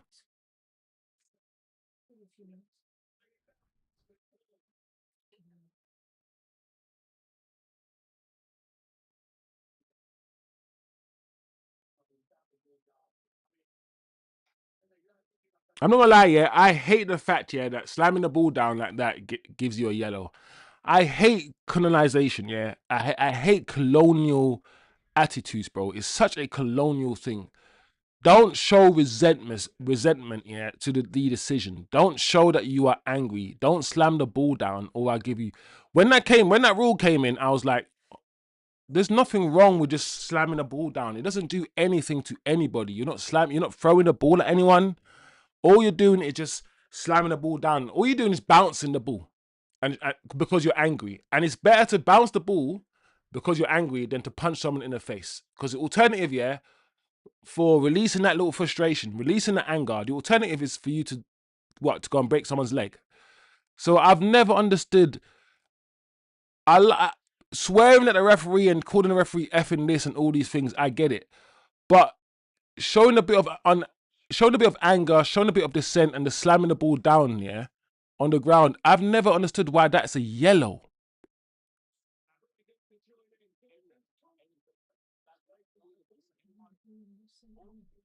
Yeah, it is a steep learning curve for the kid, you know. But it's such a silly rule, bro. It's that I'm gonna discipline you, and you can't show your unhappiness or at me disciplining you. So I'm gonna give you penalize you, blow the whistle, and if you show that you are angry at the decision by slamming the ball down or anything, then I'm gonna book you. That's what I don't like about it. It's that idea that I don't like. But as Tim says in the chat, a learning curve for the kid. A learning curve for the kid. Keep it inside, bottle it up. Don't show. Oh, I mean, Bruno shows his unhappiness all the time, but he doesn't slam the ball down. If anything, I feel like doing all this and waving your hands around is worse, but that's allowed. Anyway, very, very frustrating, guys. This is one of those games where I get the chat, I get everyone's frustration. Another game with Fletcher, and another game where I feel like we don't deserve to lose.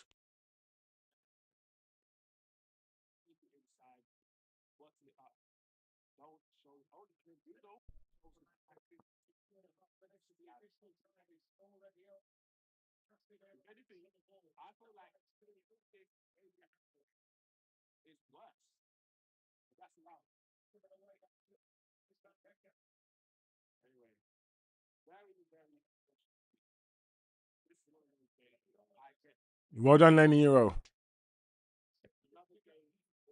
I mean, the performance in this game wasn't as good as the performance in the other game where we drew. But I don't think Brighton were better than us today.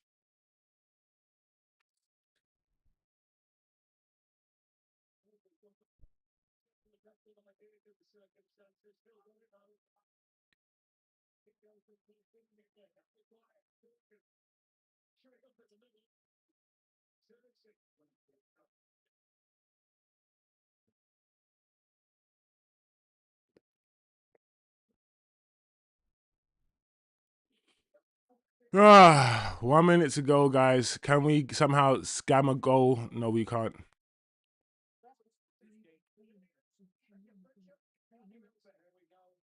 Mm. It's just that we could have easily played with a lot more urgency, and we just didn't. And now towards the end of the game, we're playing with loads of urgency.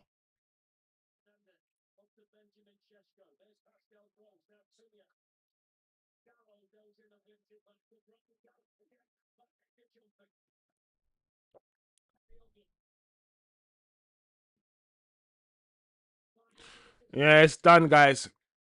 I'm gonna go. I'm gonna switch off the stream as soon as the final whistle goes, guys. I'm gonna end the stream. It's not a good day. Not a good day today for United. Not the best game.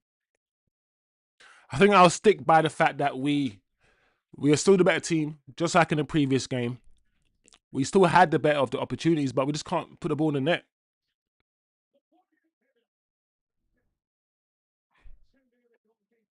We just couldn't put the ball into the net, and Brighton did. So, and we haven't been strong. Oh, that's so disappointing, Maguire. Some of our decision making in the final third has been really bad.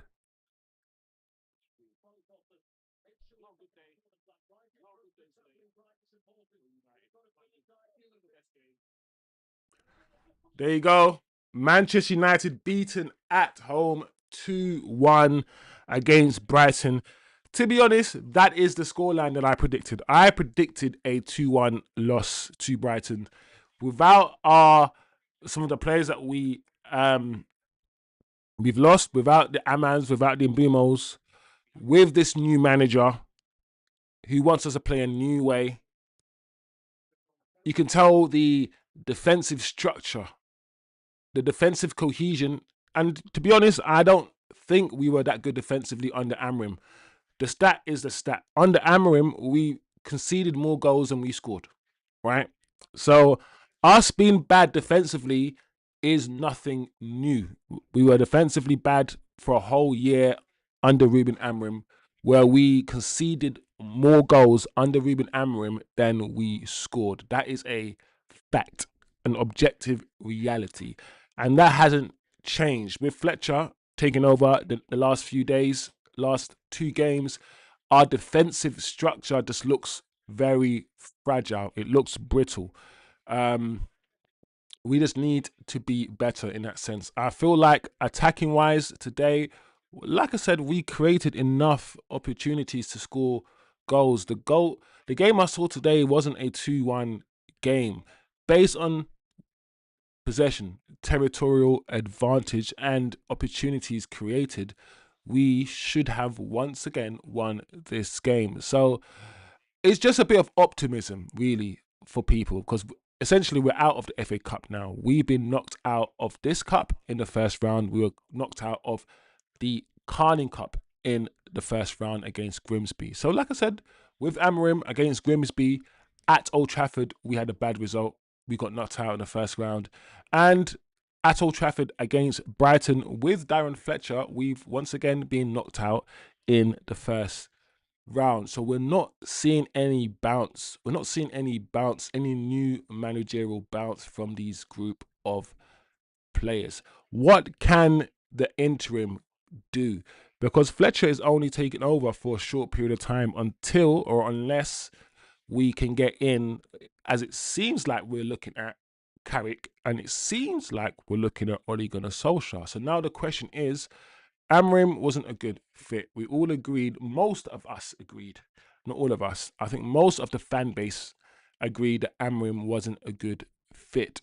But at the same time, you've changed your manager in mid-season. The same thing you did last time round without a plan. And not only have you done it without a plan, the reason why you've done it, which is one of my issues with Ineos, the reason why it seems as if they did it is because the manager spoke out against them, not because they didn't believe he was good enough. So a manager in Ruben Amorim essentially was let go because he disagreed with Ineos. He didn't see eye to eye with Ineos and the Glazers, and he spoke up against them. That's why he was let go, not because they didn't think he was good enough. So now they've got rid of this manager, and we have Fletcher as interim, and we haven't won.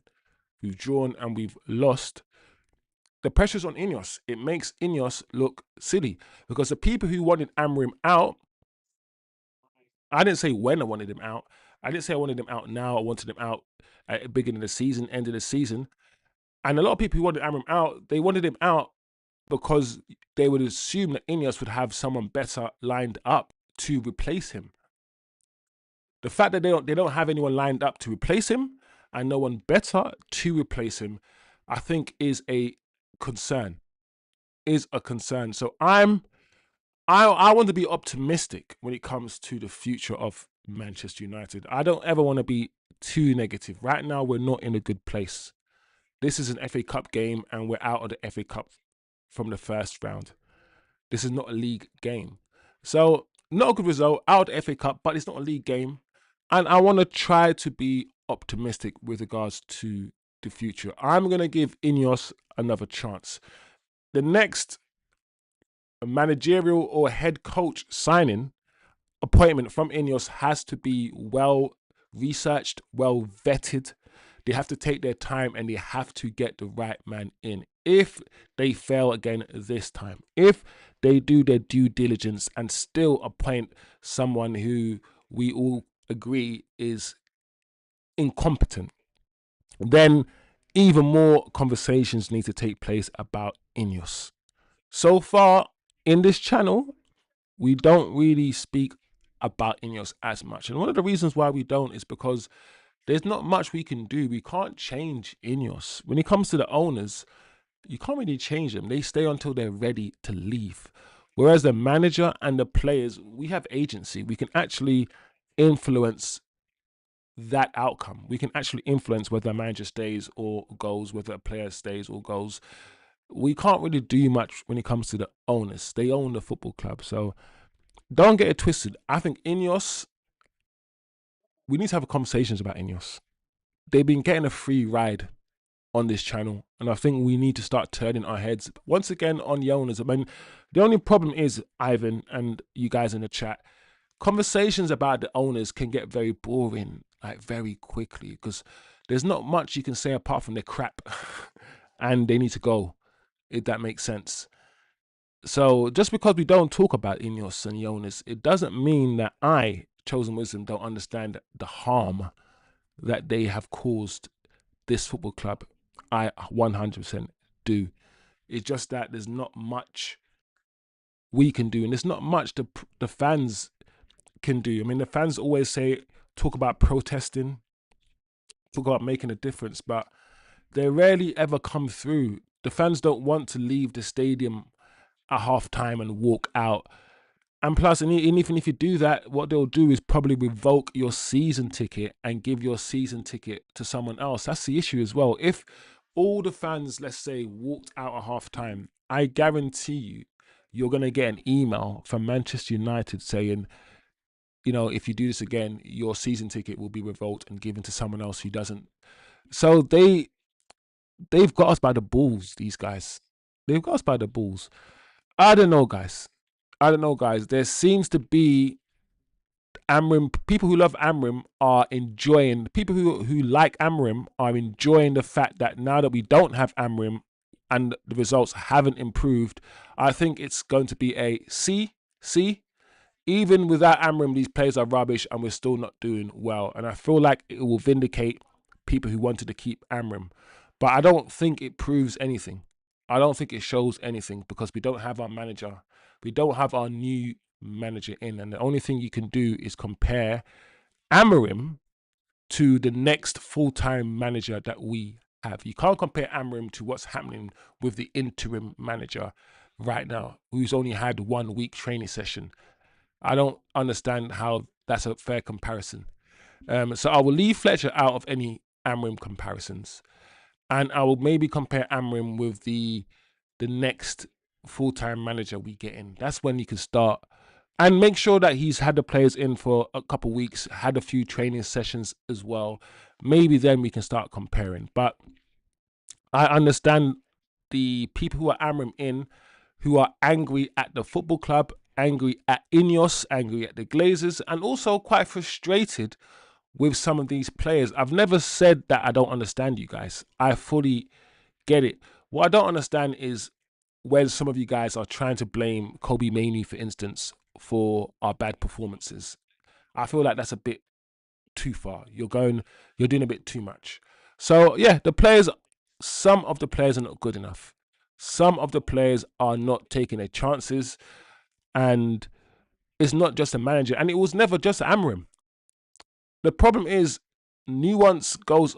We try our best, and I try my best to instill or to portray nuance in this chat, in this community. So when I said I was Amram out, I always quantified it by saying I'm 60% Amram out, because I understand that the issues that we are facing as a football club isn't just Amram's fault, it's Ineos's fault too. It's the players' fault as well. The players have to take some responsibility. I agree that a lot of the players are simply not good enough. Dallo is simply not good enough. So it's balanced. When a lot of things are going wrong, we have to find time or find a way to review and evaluate and consider multiple factors and try to give weighting and credence to all of these factors. Try to give airtime, try to give space to all of these factors. But when we constantly talk about Amram, it does appear that Amram is the main and the only thing wrong. And I want to make it clear right now that yes, we spoke and we do, and I do speak about Amram a lot and the manager a lot, because the buck often stops with him. We know this. But that being said, I'm under no illusion that it's just Amram. It is multiple factors that are wrong with this football club. So big up the chat, big up Federal Rico Charges, big up Ivan. I see the chat is still popping. Big up Acho as well in the chat. Shivam says, Ivan says, Shivam, do some meditation. There's no point in glazing Amarim. When he gets a new job, you can change club as well. Amarim was a big problem, but there are other problems as well. Ineos glazes out. Ivan, I think I'm where you are.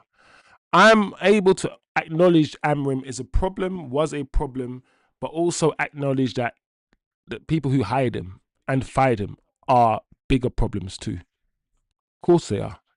But the people who hired him and fired him also gave us 200 million to spend on attackers. And I always like to remind people that when we finished 15th last season, I don't think anybody thought we would get Cunha. Remember when we got Cunha, we were like, oh my God, we got Cunha. We finished 15th and we still signed Cunha.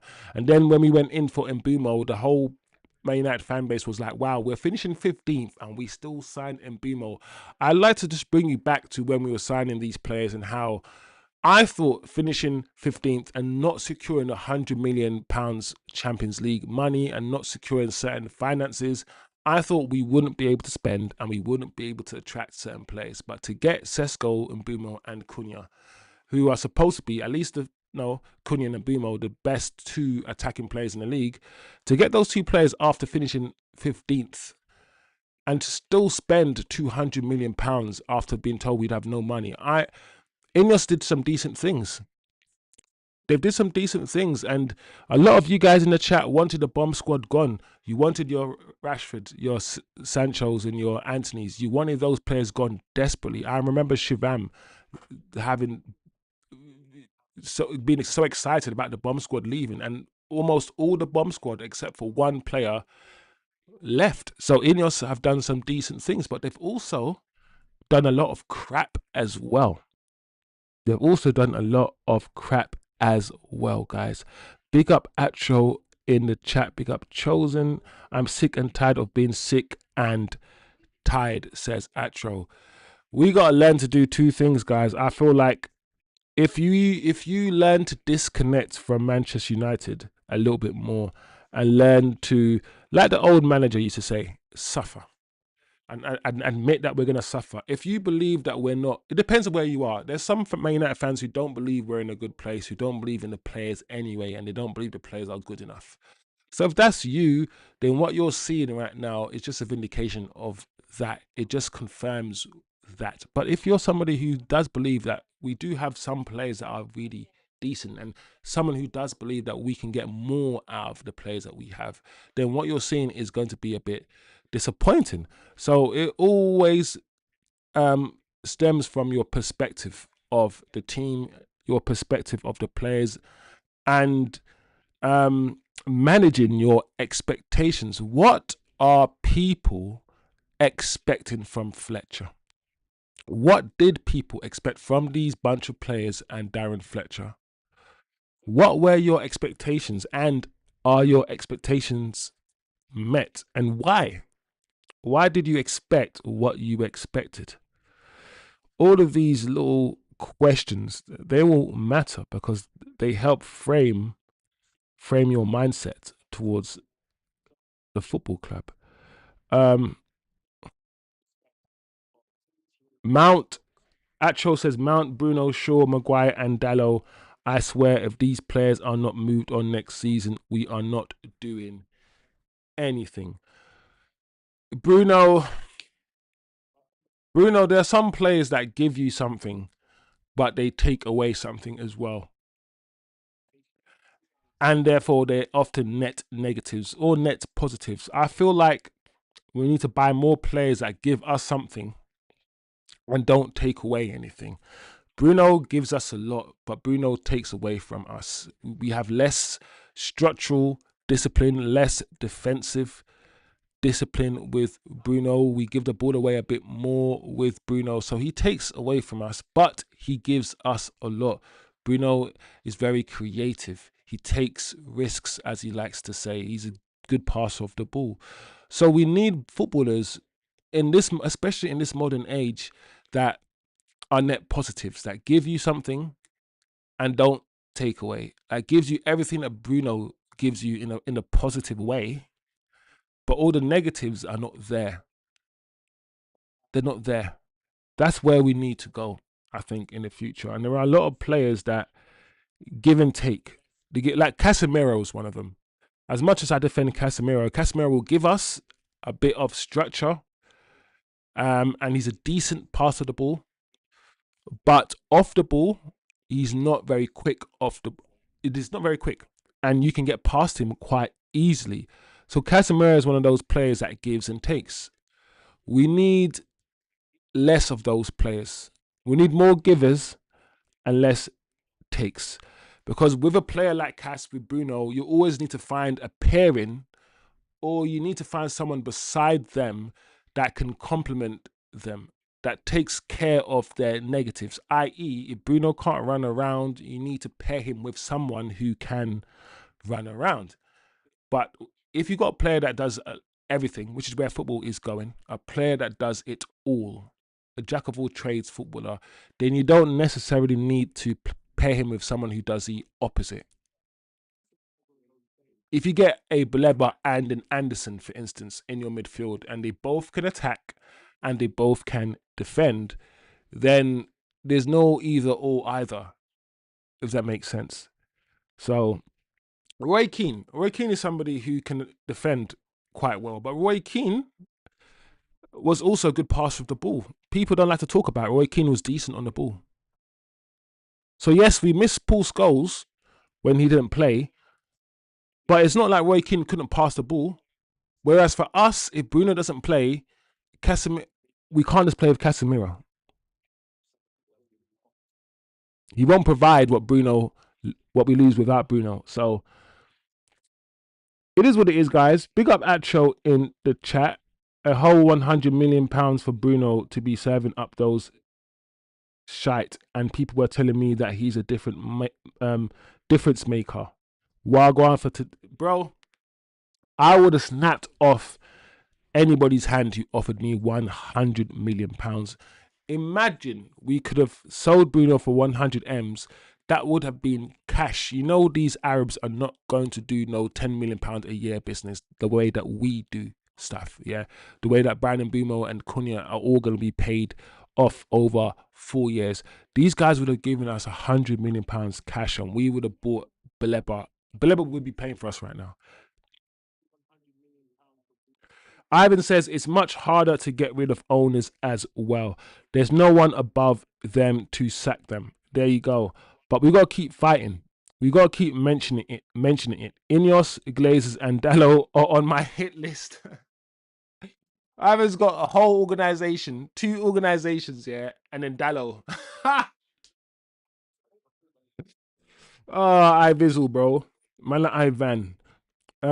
Big up Federal Rico. Let's see who they will sack and put the blame on this time, says Federal Rico charges. No one to blame now. This is if you guys don't like Ineos, what this might do is just shed more light on. I've said this. I said what this is doing is making Ineos appear even more negative. That this is not a good thing for Ineos. Ineos look crap, even worse now. They've got rid of a manager mid-season, even though I didn't think he was good enough. They did it. They replaced him with a Fletcher who's not doing well, and they're struggling to get an interim in, a full-time interim in. They still haven't made their decision yet. So what this is doing is just showing how incompetent Ineos are.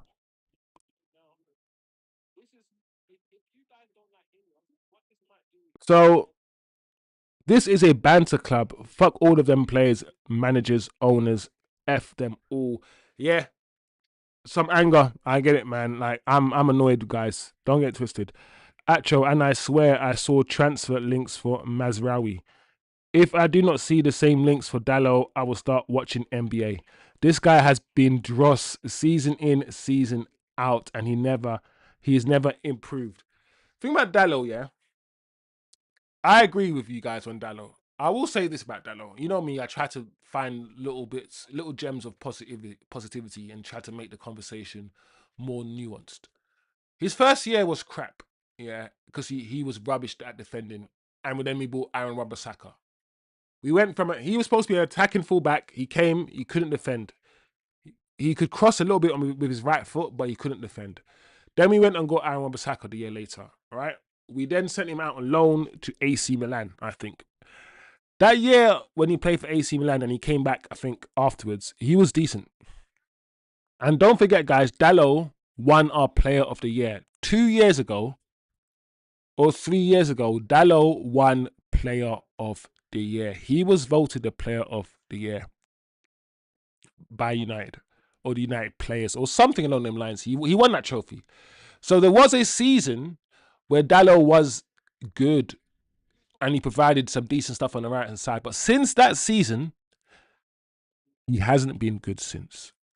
And since playing this wing back system, where we thought he would thrive because Dallo's got a decent right foot and he's a decent crosser of the ball, and attacking is his strength because he's not that good defensively. So we thought having more attacking responsibilities and less defensive responsibilities, playing the wing-back system would be good for Dallo. But since Amram came in and started playing this wing-back system, Dallo has looked absolutely shocking going forward. He doesn't offer us what I believe he should have offered us going forward, Dallo. He's inconsistent. His crossing, which I thought would have been his strength, he doesn't even put in good crosses into the box. Under Ten Hag, yeah, in Ten Hag's system, when Dallo was doing all that inverting business, even then I was like, Dallo, you don't look good when you invert and you try to join in the midfield. So I don't know, guys, about Dallo. Dallo needs to be changed. I don't want to see Dallo on the football pitch again. I really don't. I really do not. Dallo should have left with his uncle, says Atro. That's funny. I never glaze the owners, the manager, or a player. Only glaze the badge on your chest. But most people don't get this. Ivan, you're making a good point. You're making a good point. I feel like some people's automatically, as soon as a manager comes in, is back the manager. And I understand that. But my thing about that is, do you know what you're backing? Because some people automatic mindset is to always back authority, always back the king, always back the queen, always back the prime minister, always back the authority figure because he's the authority figure. And I'm not very authoritarian, and I'm not somebody who deals with well with authority. I prefer freedom. So while I understand always back the manager when he comes in, how do you know you're not backing a manager that's not good enough? You don't know that yet. You just don't know that yet. So for me, when I say I back the manager, I mean I'm going to give him leeway. When I say I back the manager, it means I'm going to sit back and I'm not going to criticize him too harshly within his first 6 months. I'm going to let him get used to the league. I'm going to allow him a month's training session to instill his way of football. When I say I back the manager, I don't mean I'm going to follow him to the edge of the earth and jump over the cliff with him. It doesn't mean I'm going to agree with everything he does and I'm going to agree with everything he says, because that's not backing the manager. That's worship, and that's blind worship and blind faith. It means I'm prepared to wait and see what this manager has in store. And if after 4 or 5 months I see that it's not good enough, then I would say so. Some people, when they say back the manager, they mean I have to defend him and I have to follow him until he is sacked. So even if I'm 15th in the league and he's crap, I'm going to continue supporting him until he gets sacked. Some people take the back the manager thing to an extreme. And I can't follow anybody blindly, no matter who it is, not even my mum. If my mum says, hey, Chosen, follow me into this place, I'll ask her 100 questions. Why do you want me to follow you? What's going to happen here? Why? Who are you? I know you're my mum, but who are you? That's me. I can't do it. So don't glaze the glazers. Don't glaze footballers. I will defend footballers if I believe, because Man United are owned by the Glazers and owned by Ineos, which means a lot of the things that Man United do as a football club is the Ineos and Glazers. So a lot of the players, like Kobe Mainoo, who might be treated unfairly, I might back. So I'm not player FC, but I understand that without footballers, without the actual players, without employees, you are nothing. So because I'm mostly going to side. I'm often going to side, guys.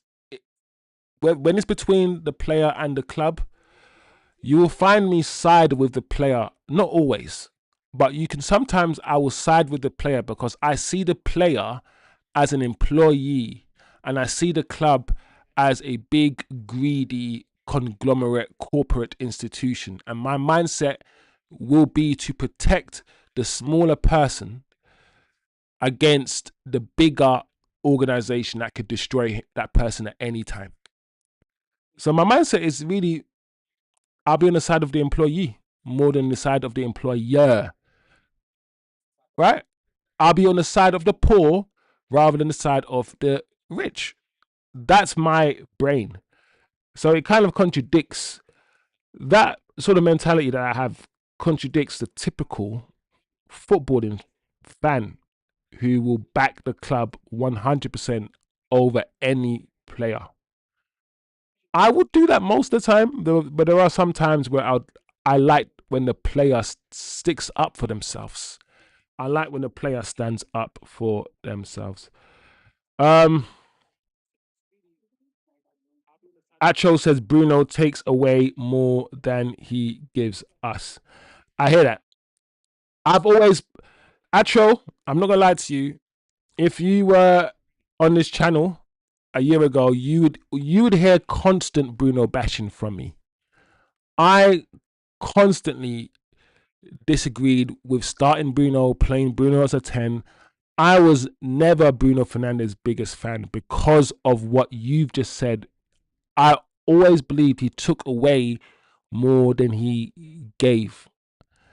And with the GA, goals and assists, the stats protected him and continue to protect him, because Bruno will get a goal, he might get an assist, but often he won't have a good 90-minute performance. So he will play badly and then we will get a penalty and then he will score the penalty and we will win.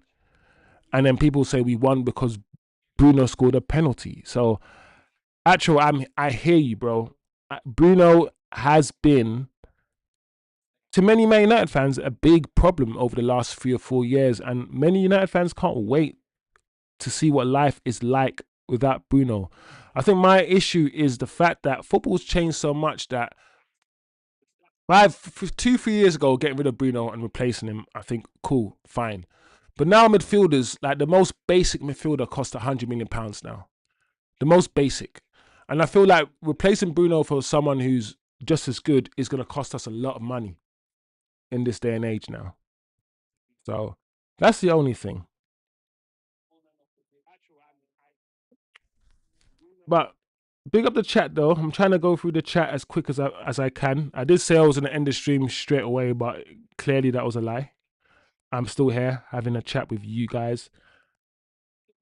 Ivan, I'm going to scroll up a little bit. I think I've missed some of your chats. Ivan says, the more we stop caring, the more disconnected we get. The worse it gets for Jim. I wish we could boycott this team, but I can't get millions of people on the same wave. That is true. That is what needs to happen. We all need to disconnect, like the Matrix. You know the Matrix, they take the thing out of the back of your head and you disconnect. We all need to disconnect from Manchester United so they lose millions of pounds. So they have to change. How that happens, what that looks like. Apparently, a fan base of 500 million minimum is the Man United fan base. That's a lot of people who support Man United. 500 million. My lord. I see new people in the chat. Tom Wright in the building. Big up Tom Wright, my guy. I see your comment, bro. Wilcox, go. A lot of people now will be talking about Wilcox. Like I said, eyes will be on Ineos. There's a lot of information coming out of the football club now that's been leaked about the rift between Wilcox and Amrim. Wilcox is or was Wilcox acting like the manager? Was he trying to impose himself too much on Ruben Amorim? Did Ruben Amorim understand that he was not a manager and only a head coach?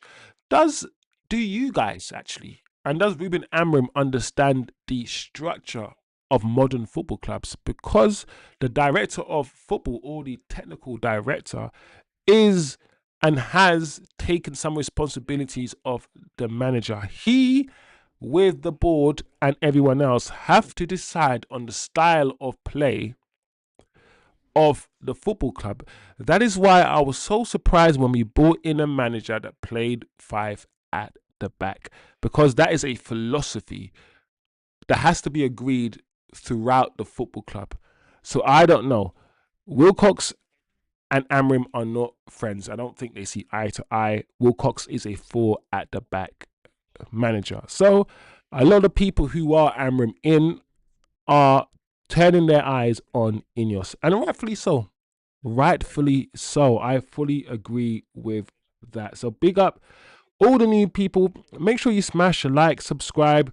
This is a football channel where we just talk about football, guys, and we talk in depth, and we like to be nuanced.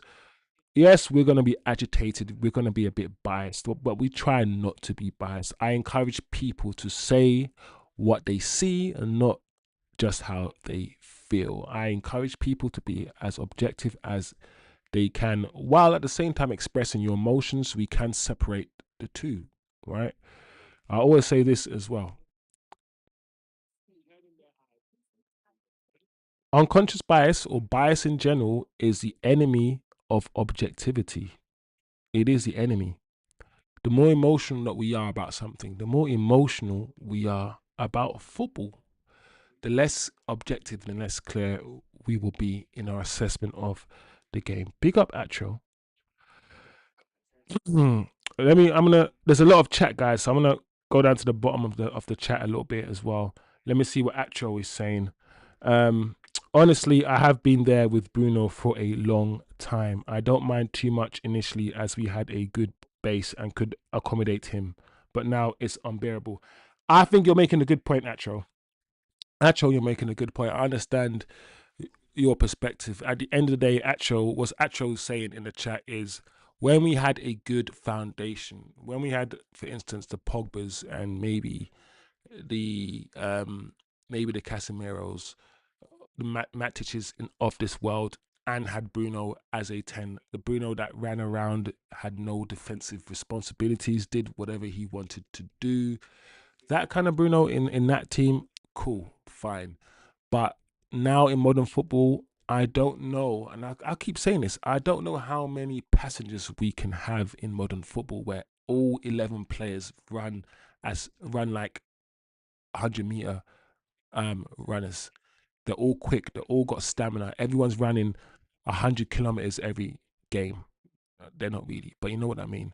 So I don't know if we can actually accommodate a Bruno and a Cunha, two players who don't really have too many, or don't like to have too many defensive responsibilities, and like to do what they want. As frustrating as it is, those sort of players are, you gotta you gotta do your job defensively and off the ball. And I don't know how much they give us. I really don't know how much they give us off the ball, guys. Especially when our structure at the moment is so poor, we kind of need them to be disciplined. That's an issue, people. Yeah, man. No, it's good, man. At the end of the day, Atro, you're being real. I'm engaging in the conversation, bro. You're engaging in the conversation, and we're just going back to back, my guy. And that's what it's about. Listen, you could be angry, you could be pissed off, you could be happy. It doesn't matter. It's all about conversation and having a space. All of us having a space where we can come. Sometimes in some communities, you can't talk deep. You can only talk surface level. You can only talk, oh, this player's good, this player's rubbish. Get the manager out, get the manager in. Bias, bias, bias. In this chat, guys, I want to create a space where people who want to think a bit deeper, into things, can chat, and I will respond, and I will include you. That's the community that I want. We can disagree, but as long as there's deep, thought-provoking responses, I'm gonna be involved, guys. Federal RICO charges, you make me laugh. Have you seen the Glazers? They actually look like rats. I'm gonna say this. I'm gonna say this once, but probably I'm gonna probably repeat it eventually in another stream. But I have said this: the Glazers look like a bunch of inbreds. I'm not saying they are.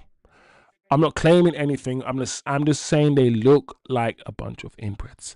I've always said that the Glazers look like the people in the Wrong Turn movie. Have you seen Wrong Turn, the horror movie? Yeah, called Wrong Turn. Go and check it out. They look like the family in that movie. That's what they look like. They are scary looking motherfuckers. 100%. 100%. Looking like a rat, says Ivan. Um, you guys are having a go at Dallo. Listen, Dallo, this was not a good game for Dallo. And I can't remember the last game that I watched where I said after the game, whoa, Dallo's had a good game today. Wow, Dallo. I don't remember. I don't remember that game. It's been years. It's been years. I think Dallo's had 2 years of mediocrity. And I believe that we need to upgrade on Diogo Dallo. Ivan says, guys, gather yourself. Focus on the board. These players are victims of a bad environment. Ever thought why ballers come to us and decline? We don't have the foundations to make players flourish. That is true. I think it's also, Ivan, the fact that you can talk about that, right? And then also talk about Ineos not doing well and the manager not doing well and all these things. We as human beings, yeah, it's hard for us to always think about, always include, always consider multiple factors constantly. It's a lot easier for me as a human being to identify one thing wrong, to focus on that one thing, to blame that one thing, and to think after that one thing is fixed that everything will be rosy. We do it with our politics, we do it with immigration. Every single year or every 4 years there's an election, there's a party that's going to tell you that all your problems will be fixed by less immigration. And that's the only problem you have in your life. And once that one aspect of your life is fixed, then everything else will be rosy. There's that. So I understand. I understand. It's hard for us to focus on all the issues at the same time. And sometimes it seems as if we focus on one. Once again, Ivan, like you said, the players find it hard to flourish here. And we've seen many a times, yes, other leagues are not as difficult. So we also need to factor in that, for instance, Napoli, the Italian league is not as easy. Sorry, not as hard as this league. And Napoli are one of the best teams in that league. They're like the top 2 or top 3 teams in that league. So the situation, the environment is different. But a lot of players that leave us, they do flourish. They do flourish, and we have to ask ourselves why. We have to do the thinking. We can't just, oh, they flourished, Man United are rubbish. No, ask yourself why. Why do other players flourish? Is it just the quality of the league in other countries that are worse? Is it the environment? Is it a manager? Where? Are we not playing to their strengths? It could be so many different answers, but we just need to ask ourselves why, and we'll get the answer. By the way, guys, I've just gone online. Guys, and I see so many things trending. I see that Ineos out is trending online. We have Wilcox out trending as well for the first time in Wilcox's career. I think for the first time in Wilcox's career, he's trending online because people want him to lose his job. It's going to be very interesting. Like I said, if this does one thing, is show people now how incompetent Ineos can be. I've said this many times. If this does one thing, is turn the eyes from the man. Because if you change the manager and things are still shit, then our eyes will go from the manager to the owners. And as I've said before, right now Wilcox is trending online. Wilcox out. I guarantee Wilcox has never been more in the public domain, in the public eye, than he's ever been before. And to find out that he is trending and Man United fans want him out, it's going to be an interesting pill for Wilcox to swallow.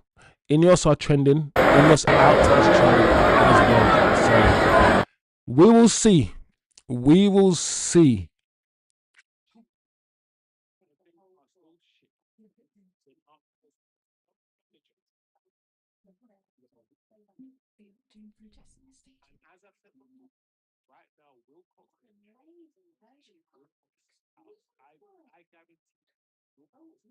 That's really good, guys. I'm looking at pictures.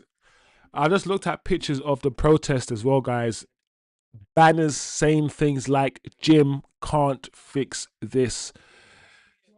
Yeah, it does. Look, we don't need to even talk about Ineos too much on this channel because, as you can see, as I've been reporting on Twitter, online, everywhere, guys, people are talking about Ineos. So even if we don't do the work, yeah, on this small little channel, enough people online are all talking about Ineos and the Glazers. So the heat is on, the pressure is on, and for me, that's a good thing.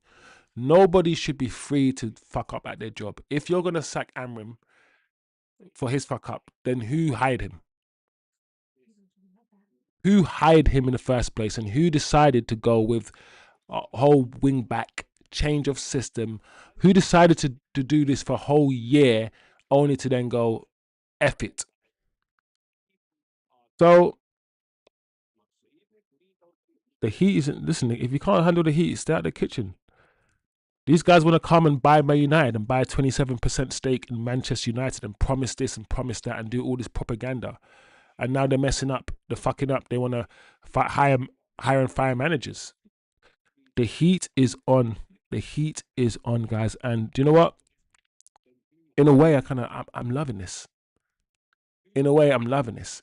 If we can't get to the Glazers fully, let's get to the Glazers through Ineos. Let's do it that way. Let's fucking do it, guys. So it is what it is. Pick up the chat. What's Ivan saying? People say we are finished without Bruno, but that in itself is a problem. Bruno isn't immortal. He isn't here forever. Ivan, I don't like that discord about or level of discourse around Bruno. I don't like the whole mentality that Bruno scored all these goals, Bruno got all these assists. We're not going to do anything without Bruno. Because we could do that for every single player that's left the football club. We could do that for Cristiano Ronaldo. When Ronaldo was about to leave, oh my lord, Ronaldo's leaving. We can't. When Rooney left, when Van Nistelrooy left, when Martial left, when Rashford left, when Pogba left, we could do that with every single footballer and say how we can't live without them. We can't. But we've survived. We've just bought other players and we've just continued. Time goes on. Bruno won't be young forever. He's 31 years old. There will be a time where we have to sell him. Do you not understand that basic principle? The idea that we're not going to do X or Y without a footballer has always, for me, been absolutely ridiculous mindset to have. It's too much worship. There's too much worship that goes on in our fan base. Acho says, I will be so tired of those who tell me about Bruno's stats. For every goal or assist he gives us, he gives the other team goals. Honestly. Yeah. Like the problem, Acho, you're gonna have, is that I've done this Bruno conversation 100 million times.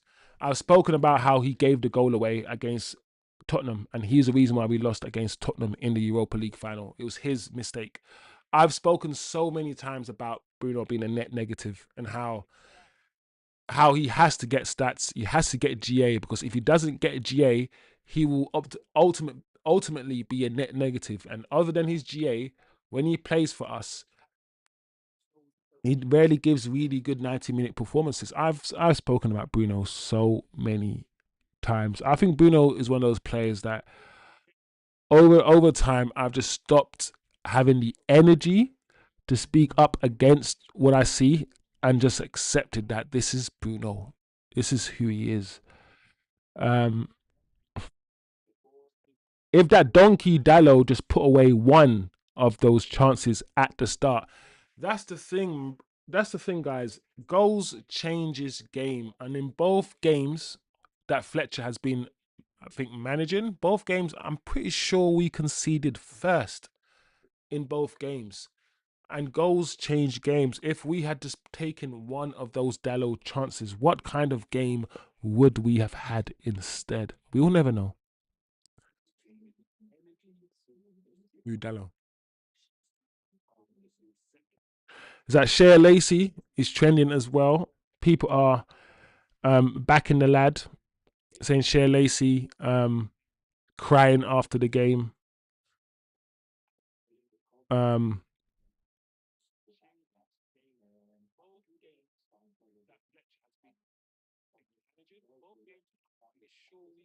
Yeah, Dallo wasn't good. Ivan says Avram looks like a nonce, my lord. But as funny as that is, Ivan, I understand what you mean. As funny as that is, I understand what you mean, my guy.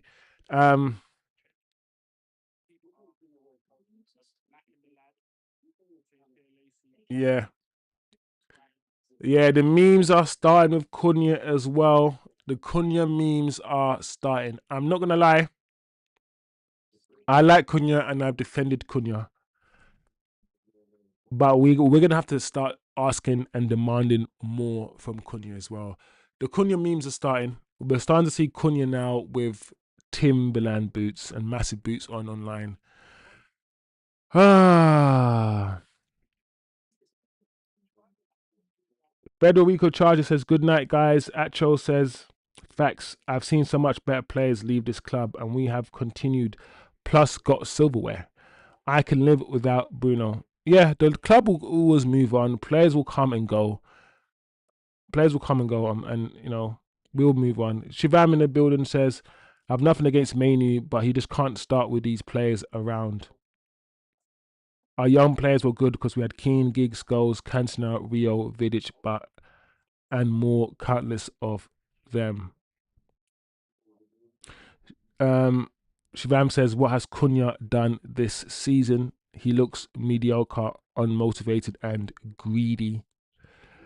Um, yeah, it's very interesting how some of these players look under Manchester United compared to how they look with the likes of Wolves, playing for Brentford, how they looked with their home clubs compared to how they look playing for Manchester United. It's different. It is different.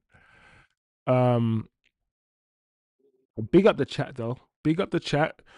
I thought I'd stay on for a bit longer because the feeling isn't good, guys. The feeling in the fan base isn't good. Since Amrim's sacking, I thought it might get a bit better. I thought after Amrim's sacking, people might be a bit more optimistic for the future. But I don't think it's worked that way. I think Amrim's sacking has made people a lot more negative.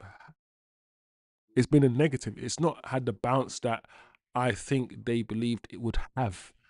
So the feelings are not good, and I feel like because everyone is angry, everyone is vexed, everyone's stressed.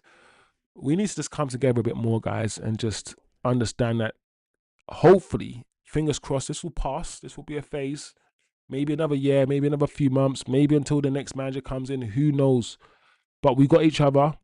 We understand what's going on. You understand that there's more than one factor at play here. There's a few variables that rub off against each other. Without a robust structure, we're not going to get cohesion. Without cohesion, we're not going to get a style of play. Without a style of play, we're not going to get structure. So some of these things reinforce each other. Some of these factors and variables reinforce each other in a circular way. So big up the chat. Big up the chat. Like I said, not a good result. The performance wasn't good enough. We did enough to win the game, but unfortunately just didn't do it. Onwards and upwards. We've got a game on Saturday, I believe. I think so. We've got a game on Saturday. I don't think we have a game on Wednesday. I'm not sure, guys. And of course, we have our usual Monday show. And I'm pretty sure our show tomorrow evening at 7:15 is going to be a very juicy show. The fallout from this loss, what is said in terms of press conference reactions, fan reactions, quotes, all of this stuff. The fallout from this weekend, the fallout from this game is going to be very juicy, people. So we will be back here tomorrow evening on our usual Monday evening 7:15 show. Big up, people. Not a good game, not good feelings, quite negative vibes around the club. But we're here, guys. We're here and we're going to get through it. Because at the end of the day, we love this football club. We love this football club. We can argue all we want. Amram in, Amram out. We can do all of that stuff, guys. We are all here because we love, most of us love Manchester United. So big up, people. Have a beautiful Sunday morning, Sunday evening. We're all in different countries. Enjoy your week, and I'll see you guys tomorrow.